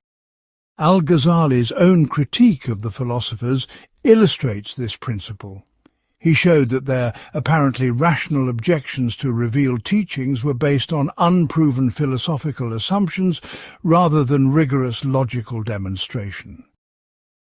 Similarly, his integration of individual spiritual development with social responsibility addresses one of the most persistent tensions in religious and philosophical thought. Some traditions emphasize the importance of individual spiritual realization, sometimes to the point of encouraging withdrawal from social engagement and worldly responsibilities. Other traditions focus on social justice and communal obligations, sometimes in ways that seem to neglect the inner transformation necessary for authentic moral action. Al-Ghazali shows that these approaches are complementary rather than competitive when understood correctly. Genuine individual spiritual development necessarily leads to increased capacity for effective service to others and greater commitment to social justice and communal welfare.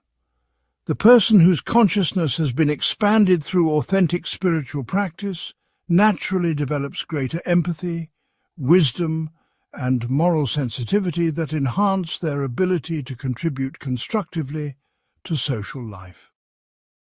Conversely, sincere engagement with social responsibilities, Particularly, service to those who cannot reciprocate provides opportunities for spiritual growth that are difficult to find in purely individual practice.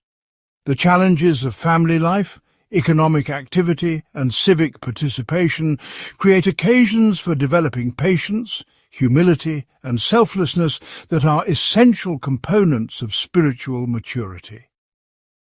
Al-Ghazali's integration of mystical experience with practical action addresses another common source of confusion in spiritual development. Some people assume that mystical experience necessarily leads to withdrawal from ordinary human activities and responsibilities, while others suspect that claims to mystical experience are forms of escapism or self-deception. Al-Ghazali shows that authentic mystical experience actually enhances rather than diminishes the capacity for effective practical action. The person who has achieved direct awareness of ultimate reality gains access to sources of wisdom, strength, and motivation that make them more rather than less capable of serving constructive purposes in the world. But he also provides detailed criteria for distinguishing authentic mystical experience from various counterfeit states that can deceive even sincere seekers. Genuine mystical realization always produces increased moral excellence, greater wisdom in practical affairs, and enhanced capacity for service to others.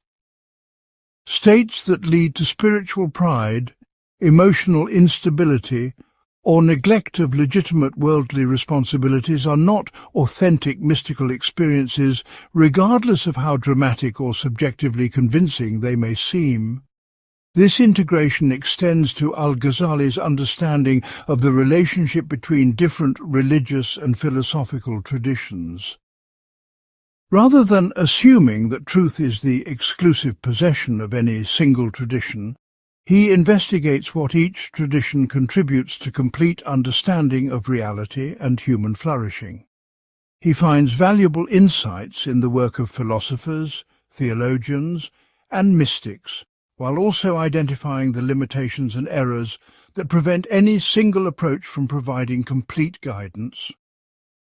This Catholic spirit reflects not relativistic indifference to questions of truth and error, but confidence that ultimate truth is sufficiently rich and complex to be approached from multiple angles without losing its essential unity. Al-Ghazali's methodological integration provides a model for addressing contemporary conflicts between different approaches to knowledge and human development. His example shows how to maintain rigorous standards for evaluating truth claims while remaining open to forms of knowledge that transcend the limitations of any single investigative method. He demonstrates how to honor the legitimate achievements of rational inquiry while recognizing that reason alone cannot answer the deepest questions about meaning, purpose, and value. He shows how to appreciate the importance of individual spiritual development without neglecting social responsibilities or falling into narcissistic preoccupation with personal spiritual states. Most importantly, Al-Ghazali's integration is not merely theoretical, but thoroughly practical. He provides detailed guidance about how to implement this comprehensive approach in the actual circumstances of human life. His revival of the religious sciences shows how every aspect of daily existence, from the most intimate personal practices to the most complex social relationships, can become occasions for spiritual growth and service to ultimate truth. This practical wisdom makes his philosophical insights accessible to people regardless of their level of formal education or specialized knowledge. The enduring relevance of Al-Ghazali's integrative approach reflects the perennial character of the problems he addresses. Human beings in every age and culture face similar challenges in trying to understand the relationship between reason and faith, individual development and social responsibility, spiritual aspiration and practical necessities. Al-Ghazali's solutions to these problems remain valuable because they are based on profound understanding of human nature and reality rather than merely conventional responses to temporary cultural conditions. His integration provides a framework that can be applied creatively to new circumstances, while maintaining fidelity to the essential principles that make human flourishing possible. Part 10.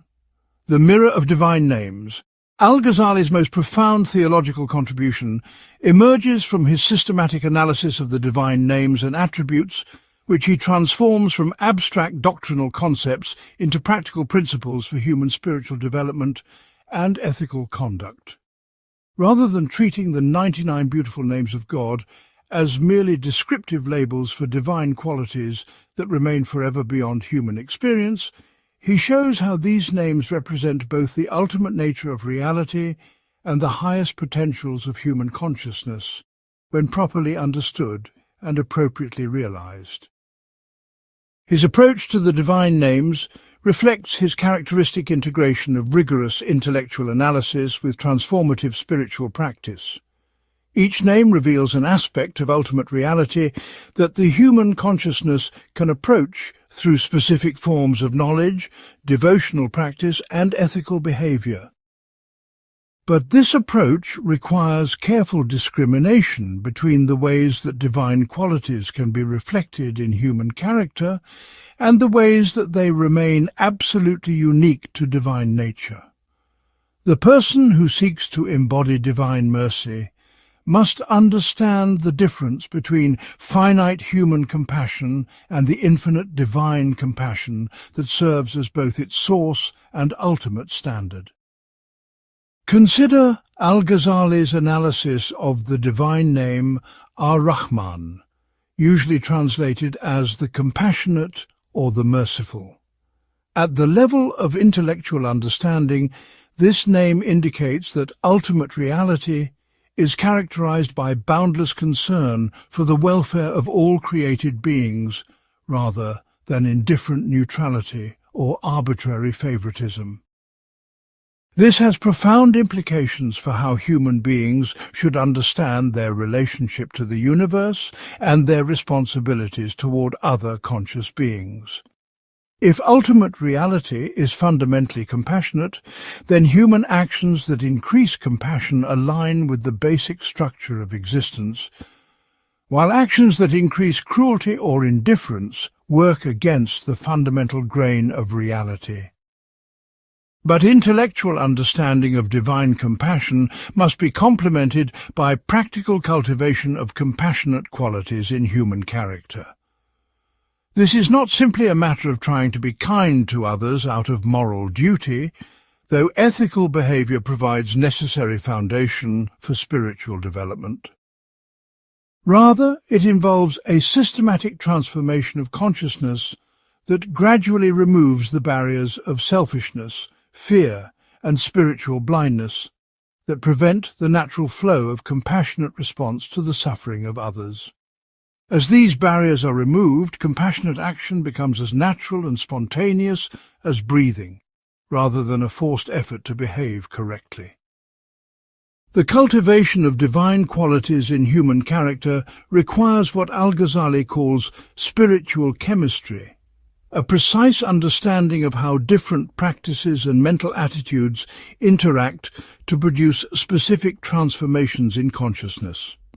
Just as physical chemistry involves understanding how different substances combine under specific conditions to create new compounds with different properties, spiritual chemistry involves understanding how different spiritual practices combine to create new qualities of character and awareness. The development of genuine compassion, for example, requires the combination of several different elements working together in proper proportion. Intellectual understanding of the causes of suffering provides the cognitive foundation for compassionate response. Emotional sensitivity to the pain of others provides the motivational energy necessary for sustained compassionate action.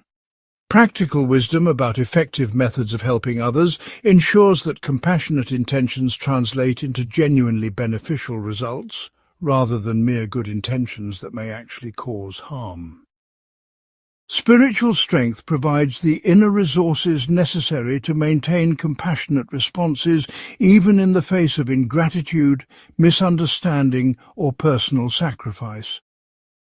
But Al-Ghazali's analysis goes deeper than individual character development to explore how divine names reveal the fundamental structure of reality itself. The name Al-Hakim, the Wise, indicates that existence is not a random collection of unrelated events, but a coherent system organized according to principles of divine wisdom that human intelligence can partially understand and consciously cooperate with. This has profound implications for how human beings approach both theoretical questions about the nature of reality and practical questions about how to live most effectively.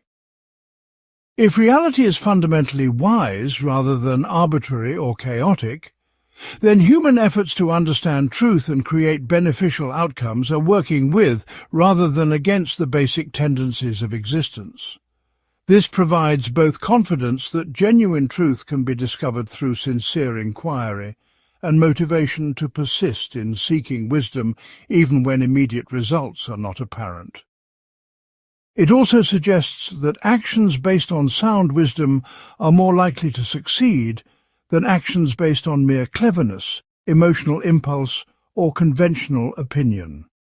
The divine name Al-Jamil, the Beautiful, reveals that ultimate reality is characterized by perfect harmony, proportion, and aesthetic excellence, rather than crude functionality or utilitarian efficiency.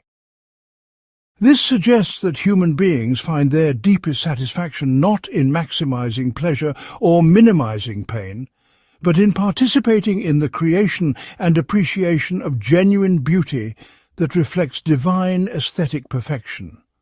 But Al-Ghazali's understanding of beauty goes far beyond superficial aesthetics to include the beauty of character, the beauty of truthful speech, the beauty of just social arrangements, and the beauty of consciousness that has been purified and illuminated through spiritual discipline. The cultivation of spiritual beauty requires developing what Al-Ghazali calls aesthetic sensitivity, the capacity to distinguish between appearances that merely please the senses or flatter the ego and manifestations of genuine beauty that reflect divine aesthetic perfection. This sensitivity can be developed through contemplation of natural beauty, study of great works of art and literature, and most importantly, association with human beings whose character reflects the beauty of divine qualities. But it also requires the purification of consciousness from the kind of spiritual ugliness that distorts perception and prevents recognition of authentic beauty even when it is present. Al-Ghazali's treatment of the divine name as Sabr, the patient, provides particularly profound insights into the relationship between divine temporal transcendence and human temporal existence. Divine patience does not indicate that God is slow to act or reluctant to intervene in worldly affairs, but rather that divine wisdom includes perfect understanding of the appropriate timing for all actions and changes. From the perspective of infinite knowledge and unlimited power, there is no urgency about accomplishing particular results within humanly meaningful time frames because divine purposes operate on scales that transcend human temporal limitations. But human beings who seek to reflect divine patience in their own character and conduct must learn to distinguish between the kind of patience that reflects wisdom and trust in divine timing, and the kind of passivity that reflects laziness, fear, or lack of commitment to constructive change. Spiritual patience includes the capacity to persist in beneficial activities even when immediate results are not visible, to endure difficulties without losing confidence in ultimate divine justice and mercy, and to work for long-term goals that may not be achieved within one's personal lifetime. But it does not include tolerance for injustice, acceptance of preventable suffering, or failure to take appropriate action when action is called for. The integration of all the divine names in human consciousness represents what Al-Ghazali calls the perfect human being. not in the sense of someone who has achieved absolute perfection, but someone whose character reflects the harmony and balance of divine qualities as completely as is possible for finite consciousness. This person embodies divine mercy without sacrificing divine justice, divine compassion without abandoning divine wisdom, divine patience without neglecting divine power, divine beauty without losing divine truth. Such integration requires years of systematic spiritual development guided by sound knowledge and authentic spiritual practice. But it represents the ultimate goal toward which all genuine human striving is directed. The practical implications of this teaching extend to every aspect of human life and social organization. Families, communities, economic systems, and political arrangements all function most effectively when they reflect the balanced integration of divine qualities, rather than emphasizing some divine attributes while neglecting others. A society that emphasizes justice without mercy becomes harsh and rigid. One that emphasizes mercy without justice becomes weak and corrupt. A community that values truth without beauty becomes dry and unappealing. One that pursues beauty without truth becomes superficial and deceptive. Al-Ghazali's analysis of divine names provides both the vision and the practical guidance necessary for creating human institutions that serve authentic human flourishing rather than merely conventional success. Part 11. The Mechanics of Certainty. Al-Ghazali's revolutionary contribution to the theory of knowledge lies in his systematic analysis of different types of certainty and the specific conditions under which each type can be reliably achieved. Rather than treating certainty as a simple binary condition that either exists or does not exist, he develops a sophisticated epistemological framework that distinguishes between multiple levels and forms of certain knowledge, each appropriate to different domains of inquiry, and each requiring different methodological approaches. The foundation of his epistemological system rests on what he calls immediate certainty, the kind of direct, undeniable awareness that consciousness has of its own existence and basic operations. This includes not only the famous insight later developed by Descartes that thinking consciousness cannot coherently doubt its own existence, but also the immediate awareness that consciousness has of its capacity for knowledge, its ability to distinguish between different mental states, and its fundamental orientation toward truth rather than falsehood. This immediate certainty provides the foundation upon which all other forms of knowledge must be built, because any attempt to doubt or question it necessarily presupposes the very capacities it describes. But Al-Ghazali shows that immediate certainty, while absolutely reliable within its proper domain, has significant limitations that prevent it from providing complete guidance for human understanding and action. Consciousness can be certain of its own existence and basic capacities, but it cannot be certain through immediate awareness alone whether its perceptions correspond to external reality, whether its reasoning processes track objective truth, or whether its moral intuitions reflect genuine values rather than mere personal preferences or cultural conditioning. These questions require different types of investigation that build upon but go beyond immediate certainty. The second level in Al-Ghazali's epistemological hierarchy consists of what he calls demonstrative certainty, the kind of knowledge achieved through rigorous, logical analysis based on clearly established premises. This includes mathematical truths, logical principles, and properly conducted empirical investigations that follow sound methodological procedures. Demonstrative certainty can extend reliable knowledge far beyond the limited domain of immediate certainty, providing understanding of complex relationships, predictions about future events, and general principles that apply across different particular cases. Al-Ghazali's analysis of demonstrative certainty reveals both its impressive achievements and its inherent limitations. Within appropriate domains, demonstrative reasoning can achieve results that are as certain as immediate awareness and far more extensive in their scope and practical utility. Mathematical demonstrations, for example, can establish relationships between quantities that hold true regardless of time, place, or the psychological characteristics of individual thinkers. Properly conducted empirical investigations can discover patterns in natural processes that enable reliable prediction and effective practical intervention. But demonstrative certainty depends on premises that cannot themselves be established through demonstration without falling into circular reasoning or infinite regress. The axioms of mathematics, the principles of logic, and the basic assumptions of empirical methodology must be accepted on grounds other than demonstrative proof if demonstration is to be possible at all. Moreover, demonstrative reasoning can establish relationships between concepts and correlations between observed phenomena, but it cannot penetrate to the essential nature of reality itself or answer ultimate questions about meaning, purpose, and value. This analysis leads Al-Ghazali to identify a third level of certainty that he calls intuitive certainty, achieved through direct spiritual perception of truths that transcend both immediate consciousness and demonstrative reasoning while remaining compatible with both.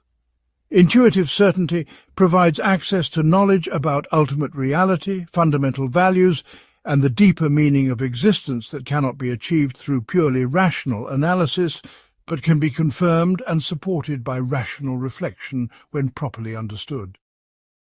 The possibility of intuitive certainty depends on what Al-Ghazali calls the purification and illumination of consciousness through systematic spiritual discipline. Just as mathematical reasoning requires training in logical procedures, and empirical investigation requires development of observational skills. Spiritual perception requires cultivation of specific capacities and elimination of specific obstacles that normally prevent consciousness from functioning at this higher level. The heart must be purified of spiritual diseases like pride, greed, and hatred that distort perception, and it must be strengthened through practices like meditation, prayer, and moral discipline that enhance its natural capacity for spiritual vision. Al-Ghazali provides detailed analysis of the criteria that can be used to distinguish genuine intuitive certainty from various counterfeit states that may seem similar but actually represent forms of self-deception, wishful thinking, or psychological abnormality.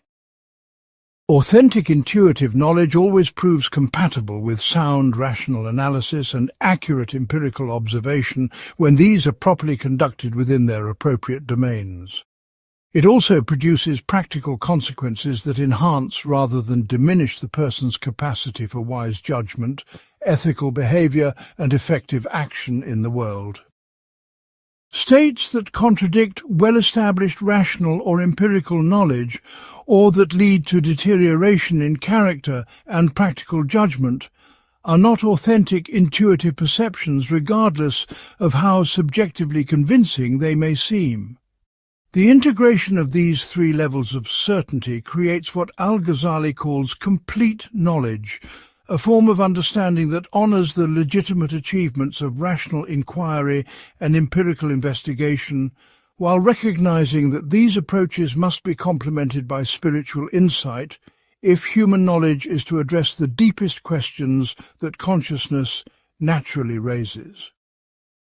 Complete knowledge is not achieved by rejecting or minimizing any of the three levels, but by understanding the proper function and appropriate limits of each and learning to integrate their different contributions into a coherent understanding of reality and human purpose.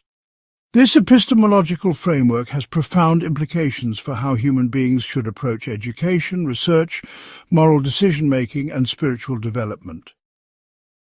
Educational systems that focus exclusively on one type of knowledge while neglecting the others produce graduates who are either technically competent but spiritually illiterate, or spiritually sensitive but intellectually undisciplined, or philosophically sophisticated but practically ineffective.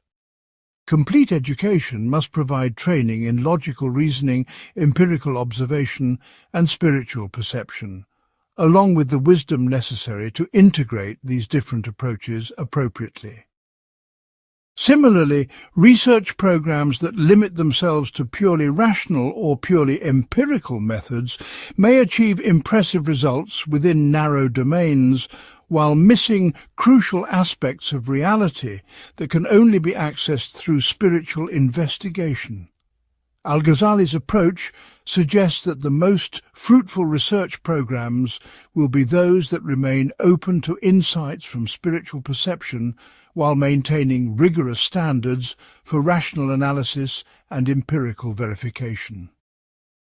This does not mean abandoning scientific methodology, but rather expanding it to include forms of investigation that honor the complexity and multidimensional character of reality.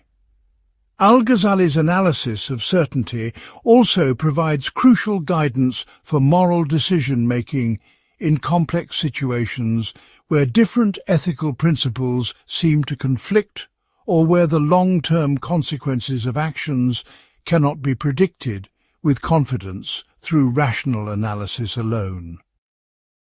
Complete knowledge includes not only understanding of general ethical principles and accurate assessment of particular circumstances, but also spiritual insight into the deeper meaning and ultimate significance of different courses of action. This spiritual dimension of moral knowledge can provide guidance that transcends the limitations of purely rational ethical analysis without contradicting its legitimate conclusions. The ultimate goal of Al-Ghazali's epistemological system is to enable human consciousness to achieve the kind of complete and reliable knowledge that makes authentic human flourishing possible. This requires not only intellectual mastery of complex ideas and practical competence in worldly affairs, but also spiritual realization that provides direct access to the fundamental principles and ultimate purposes that give meaning and direction to all other forms of knowledge and activity. Part 12. The Architecture of Reality. At the heart of Al-Ghazali's philosophical system lies a comprehensive vision of the structure of existence that integrates insights from rational philosophy, mystical experience, and revealed truth into a coherent understanding of how different levels of reality relate to each other and to human consciousness. This metaphysical framework provides the foundation for his contributions to epistemology, ethics, psychology, and spiritual development, showing how questions about knowledge, morality, human nature, and spiritual practice are ultimately grounded in fundamental truths about the nature of existence itself. Al-Ghazali's metaphysical vision begins with the recognition that existence itself is not uniform or homogeneous, but exhibits a hierarchical structure in which different levels of reality possess different degrees of independence, permanence, and causal efficacy. At the apex of this hierarchy stands the divine reality, which alone possesses absolute existence in the sense of depending on nothing outside itself for its reality, permanence, or activity. Divine existence is not one being among others, but the source and sustainer of all other forms of existence, the ultimate reality that makes everything else possible, while remaining perfectly complete and self-sufficient in itself. This understanding of divine transcendence does not lead Al-Ghazali to adopt the kind of abstract philosophical theism that reduces God to a mere logical principle or impersonal absolute. Rather, he shows how divine transcendence is compatible with, and indeed requires, divine immanence in the sense of immediate presence to and intimate involvement with all aspects of created existence.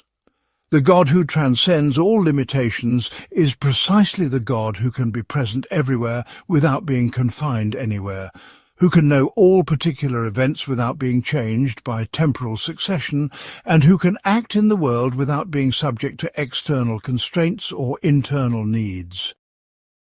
The second level of Al-Ghazali's metaphysical hierarchy consists of what he calls the spiritual realm, the domain of angels, disembodied souls, and pure spiritual realities that exist independently of material embodiment while remaining completely dependent on divine creative activity for their existence and continuance.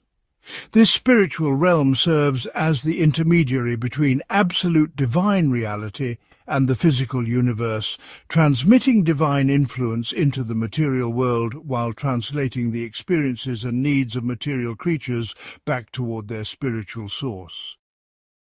Al-Ghazali's understanding of the spiritual realm reflects his integration of philosophical analysis with mystical experience and scriptural teaching.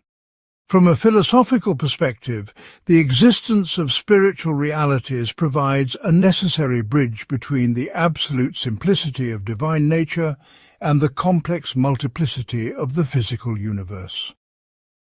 Some form of intermediate reality seems necessary to explain how the divine unity can be the source of worldly multiplicity, without divine nature itself becoming complex or composite. From the perspective of mystical experience, spiritual realities represent levels of consciousness and forms of existence that become accessible to human awareness as it is purified and elevated through spiritual discipline. From the standpoint of revealed teaching, angels and spiritual forces play crucial roles in the divine governance of the universe and the guidance of human beings toward their ultimate spiritual destiny.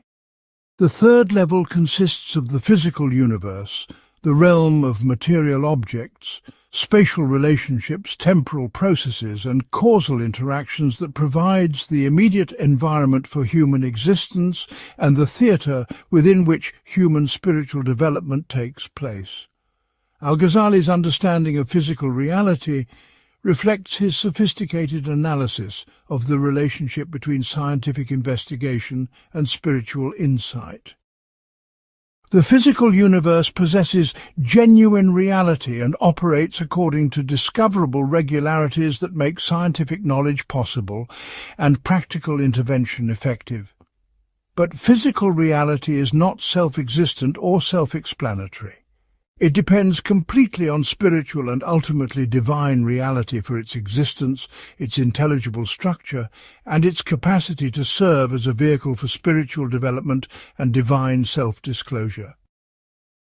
This hierarchical understanding of reality enables Al-Ghazali to address one of the most persistent problems in the relationship between religious faith and scientific knowledge: the question of whether spiritual and physical explanations of natural phenomena compete with each other or complement each other. His answer is that they operate on different levels of analysis and serve different explanatory purposes without conflicting when properly understood. Scientific investigation discovers the regular patterns that divine wisdom typically employs in governing natural processes, while spiritual insight penetrates to the ultimate source and final purpose of these patterns. The scientist who discovers that fire burns cotton because of the chemical interaction between oxygen and cellulose has identified the immediate mechanism through which burning occurs. But this discovery does not eliminate the need for spiritual understanding of why a wise and merciful God creates a universe in which such processes are possible and serve constructive purposes. Al-Ghazali's metaphysical framework also addresses fundamental questions about the relationship between necessity and contingency in the structure of existence. He shows that the universe exhibits both necessary and contingent features, but that these exist at different levels and serve different functions in the overall divine plan. Certain fundamental principles, like the basic laws of logic and mathematics, appear to be necessary features of any possible universe because they reflect the structure of divine wisdom itself. Other features, like the particular arrangement of galaxies or the specific course of historical events, are contingent in the sense that they could have been different without violating any necessary principles. But they are not arbitrary because they serve purposes within the overall divine plan that required precisely these arrangements rather than alternatives. This understanding of necessity and contingency provides Al-Ghazali with resources for addressing both philosophical problems about divine freedom and practical questions about human responsibility. If everything in the universe was strictly necessary, divine creative activity would be reduced to logical entailment and human choices would be meaningless illusions. If everything were purely contingent, the universe would lack intelligible structure and moral effort would have no reliable connection to beneficial outcomes. Al-Ghazali shows how divine wisdom creates a universe that is structured enough to be intelligible and reliable, but flexible enough to allow for genuine divine freedom and authentic human choice.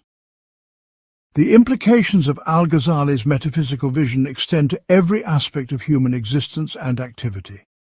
Understanding the hierarchical structure of reality provides guidance for organizing human priorities, developing educational curricula, structuring social institutions, and pursuing both individual and collective goals.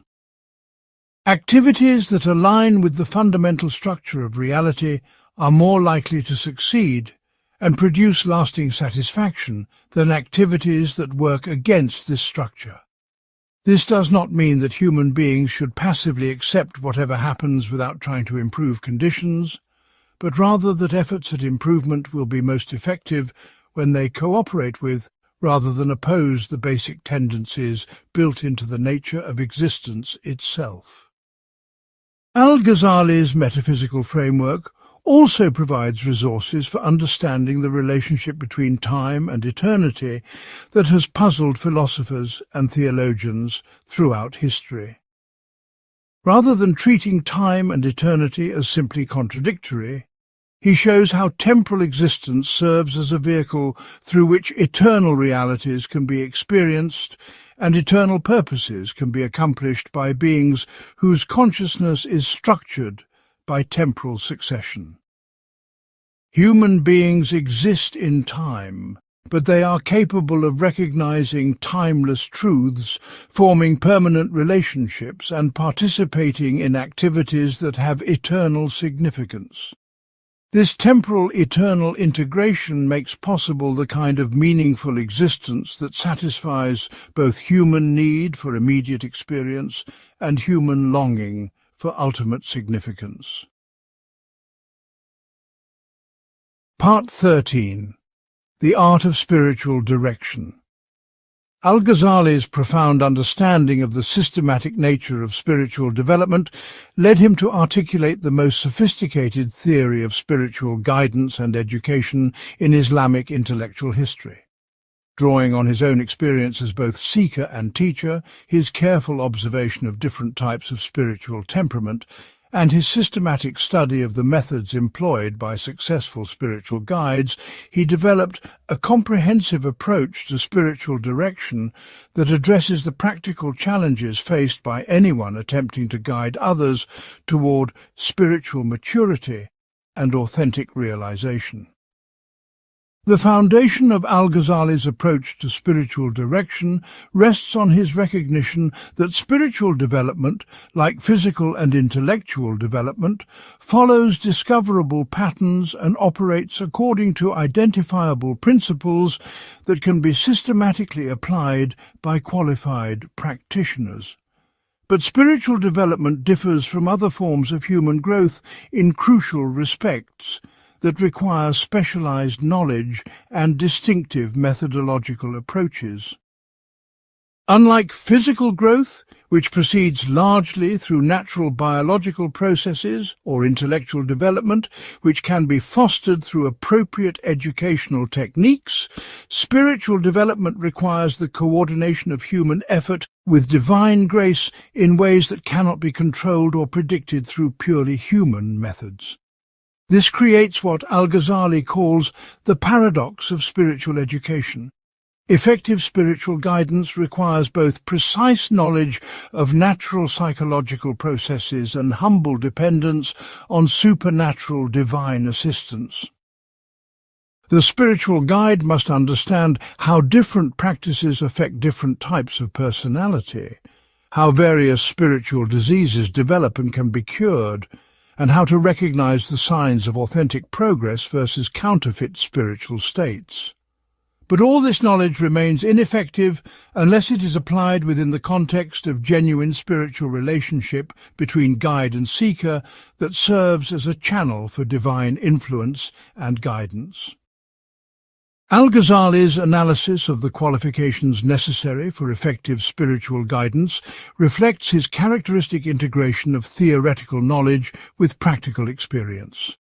The authentic spiritual guide must possess comprehensive knowledge of religious law, theology, and spiritual psychology gained through systematic study with qualified teachers. But intellectual mastery alone is insufficient. The guide must also have personal experience of the spiritual states and stages they seek to foster in others. Someone who has not personally traversed the difficulties and dangers of the spiritual path cannot provide reliable guidance to others attempting the same journey, regardless of how extensive their theoretical knowledge might be. Equally important is the guide's moral character and spiritual maturity. The spiritual guide exercises profound influence over the psychological and spiritual development of seekers who place themselves under their direction. This influence can be used constructively to accelerate spiritual development and avoid dangerous pitfalls, but it can also be misused in ways that cause severe spiritual damage and may require years to repair.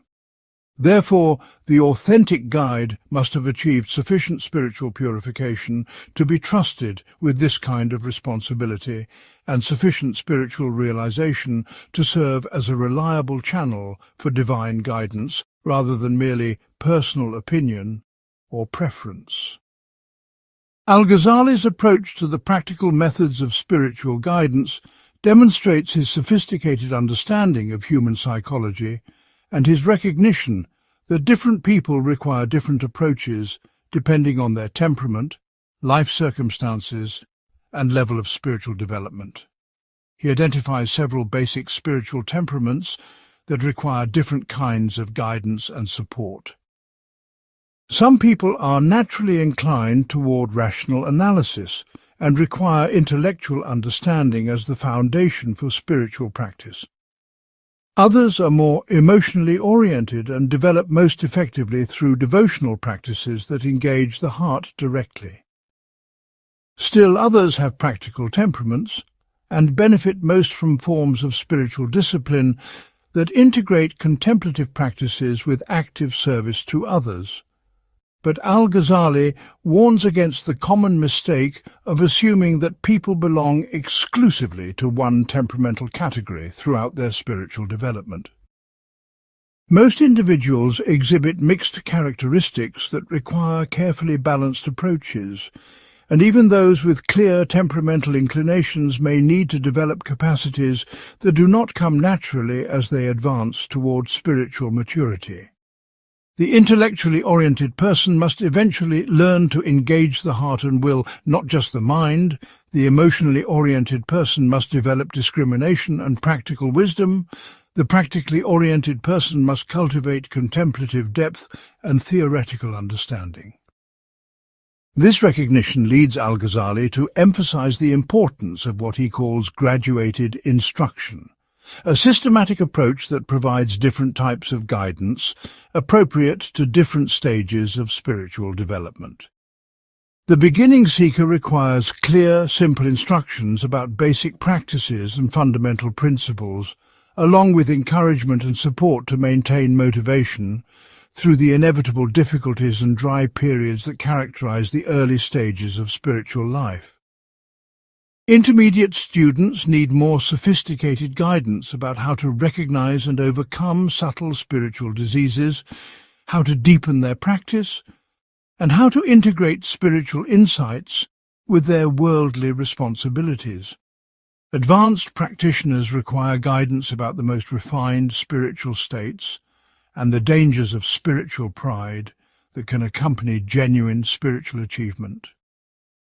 Al-Ghazali's treatment of the relationship between individual instruction and community-based spiritual education reflects his understanding that human beings are simultaneously unique individuals and social creatures who develop most effectively within supportive communities. Each seeker requires some degree of individualized attention that addresses their particular needs, circumstances, and spiritual challenges. But purely individual spiritual development can lead to self-deception, spiritual pride, or eccentric deviations that might be corrected through interaction with a community of fellow seekers under qualified guidance. The ideal spiritual education combines individual direction with community participation in ways that provide both the personal attention necessary for addressing individual needs and the social correction necessary for maintaining balance and authenticity. One of Al-Ghazali's most important contributions to the theory of spiritual direction concerns his detailed analysis of the criteria for evaluating spiritual progress and identifying authentic versus counterfeit spiritual states. He recognizes that spiritual development involves subjective experiences that cannot be directly observed or measured by external standards, creating possibilities for self-deception that do not exist in other forms of education. Someone can convince themselves that they have achieved advanced spiritual states when they have actually fallen into subtle forms of spiritual pride, emotional enthusiasm, or psychological abnormality that mimic authentic spiritual experience. Al-Ghazali provides practical tests that can be applied by both guides and seekers to distinguish genuine spiritual progress from counterfeit states. Authentic spiritual development always produces increased moral excellence, greater wisdom in practical affairs, enhanced capacity for service to others, and deeper humility about one's spiritual achievements. States that lead to moral deterioration, practical incompetence, selfish preoccupation, or spiritual arrogance are not authentic spiritual realizations, regardless of how subjectively convincing or emotionally satisfying they may seem.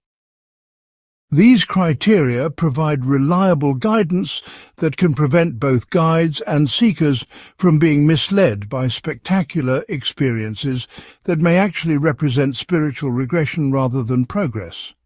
Al-Ghazali's approach to the challenges and responsibilities of spiritual guidance extends beyond technical competence to address the fundamental spiritual and ethical dimensions of the guide-seeker relationship.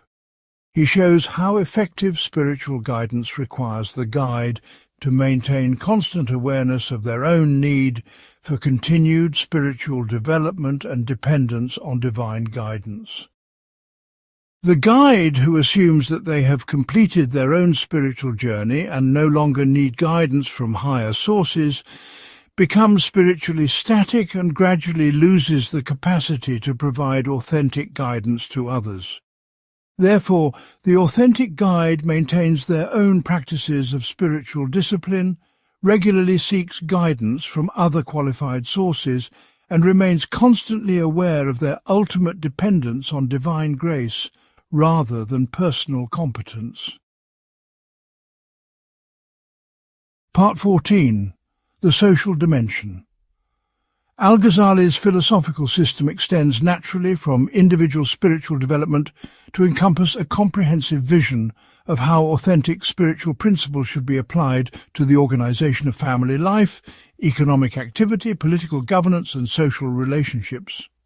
Rather than treating spiritual development as a purely private matter that can be separated from social responsibilities, he shows how genuine individual transformation necessarily leads to enhanced capacity for constructive social engagement, while effective social institutions provide the supportive environment necessary for widespread individual spiritual development. His analysis of family life as the fundamental building block of social organization demonstrates his characteristic integration of practical wisdom with spiritual insight. Al-Ghazali shows how marriage and family relationships can serve as vehicles for spiritual growth when approached with appropriate understanding and intentions. The challenges of intimate partnership provide opportunities for developing patience, forgiveness, selflessness, and unconditional love that are difficult to find in other contexts. The responsibilities of raising children create occasions for learning about divine mercy, wisdom, and long-term concern for others' welfare that can deepen understanding of divine qualities and enhance capacity for reflecting them in human relationships. But Al-Ghazali also recognizes that family relationships can become sources of spiritual stagnation or regression when they are approached with purely selfish motivations or managed according to conventional social expectations rather than spiritual principles. Marriages based primarily on physical attraction, social status, or economic advantage may provide temporary satisfaction, but cannot produce the kind of lasting fulfillment that comes from spiritual partnership. Child-rearing approaches that focus exclusively on material success or social conformity without attention to spiritual development may produce worldly achievement but fail to prepare children for the deeper challenges and opportunities of human existence. Al-Ghazali's approach to family life emphasizes what he calls conscious relationship, the practice of approaching intimate partnerships and parental responsibilities as opportunities for mutual spiritual development, rather than merely sources of personal satisfaction or social obligation. This requires both partners to commit themselves to their own individual spiritual growth and to supporting each other's spiritual development, even when this creates temporary inconvenience or challenges conventional relationship patterns. It also requires parents to understand their role as spiritual guides and teachers for their children, not just providers of material needs and social training. The extension of these principles to economic activity produces what Al-Ghazali calls spiritual economics, an approach to wealth creation and distribution that serves human spiritual development rather than merely maximizing material accumulation or satisfying consumer desires. He shows how economic activity can become a form of worship and service when it is motivated by intention to serve divine purposes rather than purely personal profit, when it is conducted according to ethical principles that respect the welfare of all participants, and when its fruits are shared in ways that reduce rather than increase social inequality and spiritual corruption.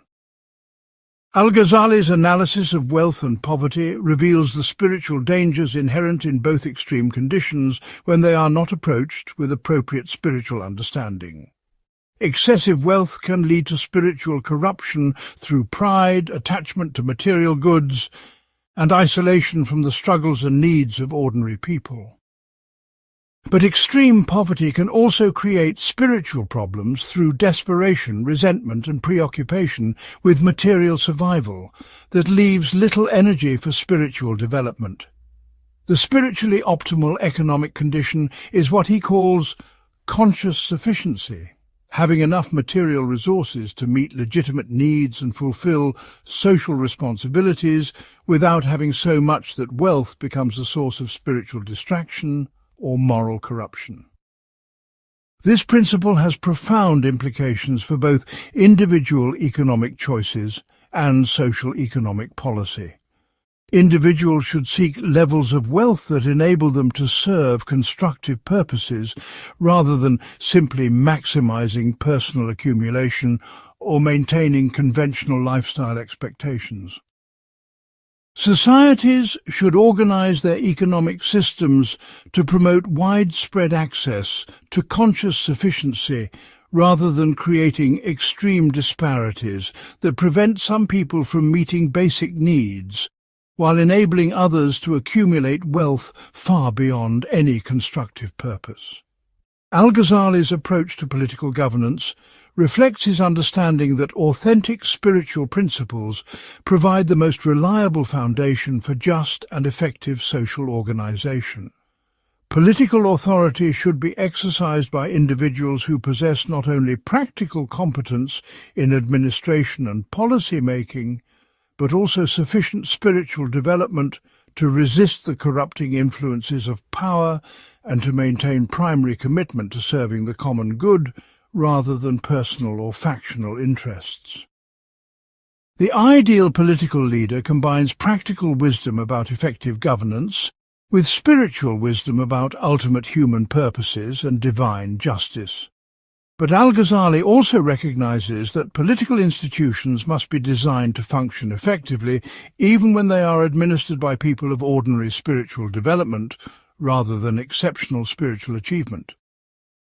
He advocates for systems of checks and balances that prevent the concentration of excessive power in any individual or group, accountability mechanisms that enable citizens to monitor and correct governmental performance, and educational institutions that prepare people for responsible citizenship and effective leadership. The goal is not to create perfect government administered by spiritually perfect leaders, but to create governmental systems that serve human flourishing as effectively as possible given the limitations and mixed motivations of ordinary human beings. Al-Ghazali's vision of social reform emphasizes what he calls organic transformation, the gradual improvement of social conditions through the accumulated effects of individual spiritual development rather than through radical restructuring of social institutions without corresponding changes in the character and consciousness of the people who operate these institutions. He argues that social problems ultimately stem from individual spiritual problems. Greed, hatred, pride, ignorance, and other spiritual diseases in individuals create and sustain unjust economic systems, corrupt political arrangements, and dysfunctional social relationships. Therefore, lasting social improvement requires widespread individual spiritual development that addresses these root causes rather than merely reforming external structures while leaving the underlying spiritual problems unchanged. This does not mean that Al-Ghazali advocates political quietism or accepts unjust social conditions as divinely ordained and therefore unchangeable. Rather, he argues for coordinated individual and social transformation that addresses both personal spiritual development and structural social reform as complementary aspects of a comprehensive approach to human betterment. Individuals should work on their own spiritual purification while also taking appropriate action to improve social conditions. Societies should reform unjust institutions while also creating environments that support individual spiritual development. Al-Ghazali's approach to social diversity and religious pluralism reflects his conviction that authentic spiritual truth is sufficiently universal to provide common ground for cooperation between people of different backgrounds and beliefs, while also being sufficiently rich to accommodate different approaches to spiritual development that serve the varying needs and capacities of different individuals and communities. He advocates for social arrangements that protect the freedom of different groups to pursue their own approaches to spiritual development, while also maintaining common standards of justice, ethical behavior, and mutual respect that enable diverse communities to coexist peacefully and beneficially. The goal is neither homogenization that eliminates valuable diversity, nor fragmentation that prevents beneficial cooperation, but dynamic unity that honors both legitimate differences and fundamental commonalities in human spiritual nature and needs. Part 15. The Eternal Teaching. The culmination of Al-Ghazali's philosophical journey reveals itself not in any single doctrine or argument, but in his demonstration that the deepest human questions about knowledge, reality, morality, and meaning can be addressed satisfactorily only through an integrated approach that honors both the legitimate demands of rational inquiry and the irreplaceable insights of authentic spiritual experience. His lasting contribution to human understanding lies in showing how these apparently different approaches to truth can work together synergistically rather than competing for exclusive authority over the territory of ultimate questions. Al-Ghazali's synthesis transcends the limitations of purely rational philosophy without rejecting the legitimate achievements of human reasoning. He shows how rational analysis can provide necessary preparation for spiritual insight by training consciousness in careful observation, logical discrimination, and systematic investigation. But he also demonstrates that rational analysis alone cannot penetrate to the essential nature of ultimate reality, or provide the kind of transformative knowledge that satisfies the deepest needs of human consciousness. The integration of rational and spiritual approaches creates possibilities for understanding that neither approach can achieve independently. This integration requires what Al-Ghazali calls intellectual humility, the recognition that human reasoning, however sophisticated and carefully conducted, operates within limitations that prevent it from achieving complete and final understanding of ultimate questions. Intellectual humility does not involve abandoning rational standards or accepting contradictory propositions, but rather maintaining openness to forms of knowledge that transcend purely conceptual analysis while remaining compatible with sound rational conclusions. The intellectually humble person uses reason as far as it can legitimately extend, while recognizing that ultimate truth exceeds the boundaries of purely human understanding. Similarly, Al-Ghazali's approach transcends the limitations of purely individual spirituality without minimizing the importance of personal spiritual development. He shows how authentic individual spiritual realization naturally leads to enhanced capacity for service to others and greater commitment to social justice and communal welfare. The person whose consciousness has been expanded through genuine spiritual practice develops greater empathy, wisdom, and moral sensitivity that enhance rather than diminish their ability to contribute constructively to family, community, and society. Conversely, sincere engagement with social responsibilities provides opportunities for spiritual growth that complement and deepen the insights gained through individual contemplative practice.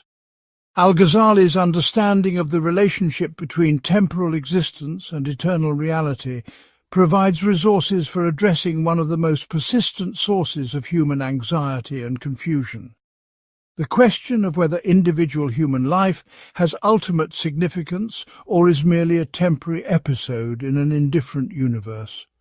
He shows how human consciousness, despite its temporal limitations and finite capacities, can participate in eternal truth through knowledge, love, and service that connect individual existence with ultimate reality.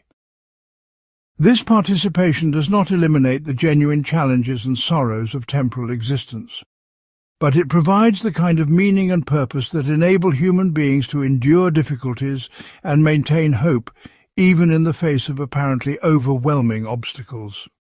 The practical implications of Al-Ghazali's teaching extend to every aspect of human life and activity. His approach provides guidance for organizing educational curricula that honor both intellectual rigor and spiritual development, creating economic systems that serve human flourishing rather than mere accumulation, developing political institutions that promote justice and enable widespread spiritual development, and structuring family and social relationships that support both individual growth and communal welfare. But this guidance is not presented as a rigid blueprint that can be mechanically applied without regard to particular circumstances and cultural contexts. Rather, Al-Ghazali provides principles and methods that can be creatively adapted to different situations while maintaining fidelity to the essential insights that make human flourishing possible. Al-Ghazali's approach to the perennial tension between stability and change reflects his understanding that authentic spiritual principles are both timeless and dynamically applicable to new circumstances. The fundamental structures of human consciousness, the basic requirements for spiritual development, and the essential principles of justice and morality remain constant across different historical periods and cultural contexts. But the specific applications of these principles must be continually reconsidered and reformulated as human knowledge advances, social conditions change, and new challenges and opportunities emerge. The task is not to preserve particular historical formulations unchanged, but to apply timeless principles creatively to contemporary circumstances in ways that serve authentic human flourishing. This dynamic approach to tradition and innovation provides resources for addressing contemporary challenges that require both rootedness in tested wisdom and openness to new insights and possibilities. Al-Ghazali's example shows how to maintain commitment to fundamental spiritual and ethical principles while remaining open to new knowledge about human psychology, social organization, and the structure of physical reality. His integration of different sources of knowledge provides a model for contemporary efforts to address global challenges that require both advanced technical knowledge and profound wisdom about human nature and ultimate purposes. The ultimate significance of Al-Ghazali's philosophical achievement lies in his demonstration that the highest human aspirations for knowledge, meaning, and fulfillment are not illusory or impossible, but require the kind of comprehensive approach that integrates all the legitimate capacities of human consciousness in service of ultimate truth. His life and teaching provide evidence that human beings can achieve genuine certainty about fundamental questions, lasting satisfaction through appropriate spiritual development, and effective service to purposes that transcend narrow self-interest. But these achievements require the kind of serious commitment to truth, sustained effort in spiritual development, and humble dependence on divine guidance that most people avoid because they seem too demanding or uncertain in their outcomes. Al-Ghazali's enduring relevance stems from his focus on perennial human concerns that transcend particular historical and cultural contexts while remaining concretely applicable to the specific challenges faced by individuals and societies in every age.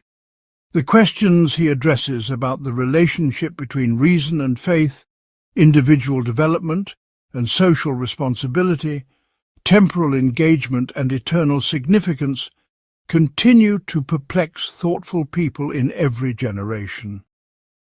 His solutions to these questions remain valuable because they are based on profound understanding of human nature and reality, rather than merely conventional responses to temporary cultural conditions. The path that Al-Ghazali pioneered from skeptical doubt through intellectual mastery to spiritual realization and practical service remains open to anyone willing to undertake the necessary journey with appropriate guidance and sufficient commitment. His example demonstrates that this journey, while demanding and sometimes difficult, leads to forms of knowledge, satisfaction and effectiveness that justify whatever effort and sacrifice may be required. The treasure of integrated wisdom that he discovered through his lifelong search for truth continues to shine as brightly today as it did 9 centuries ago, offering guidance and hope to all who seek authentic answers to life's deepest questions.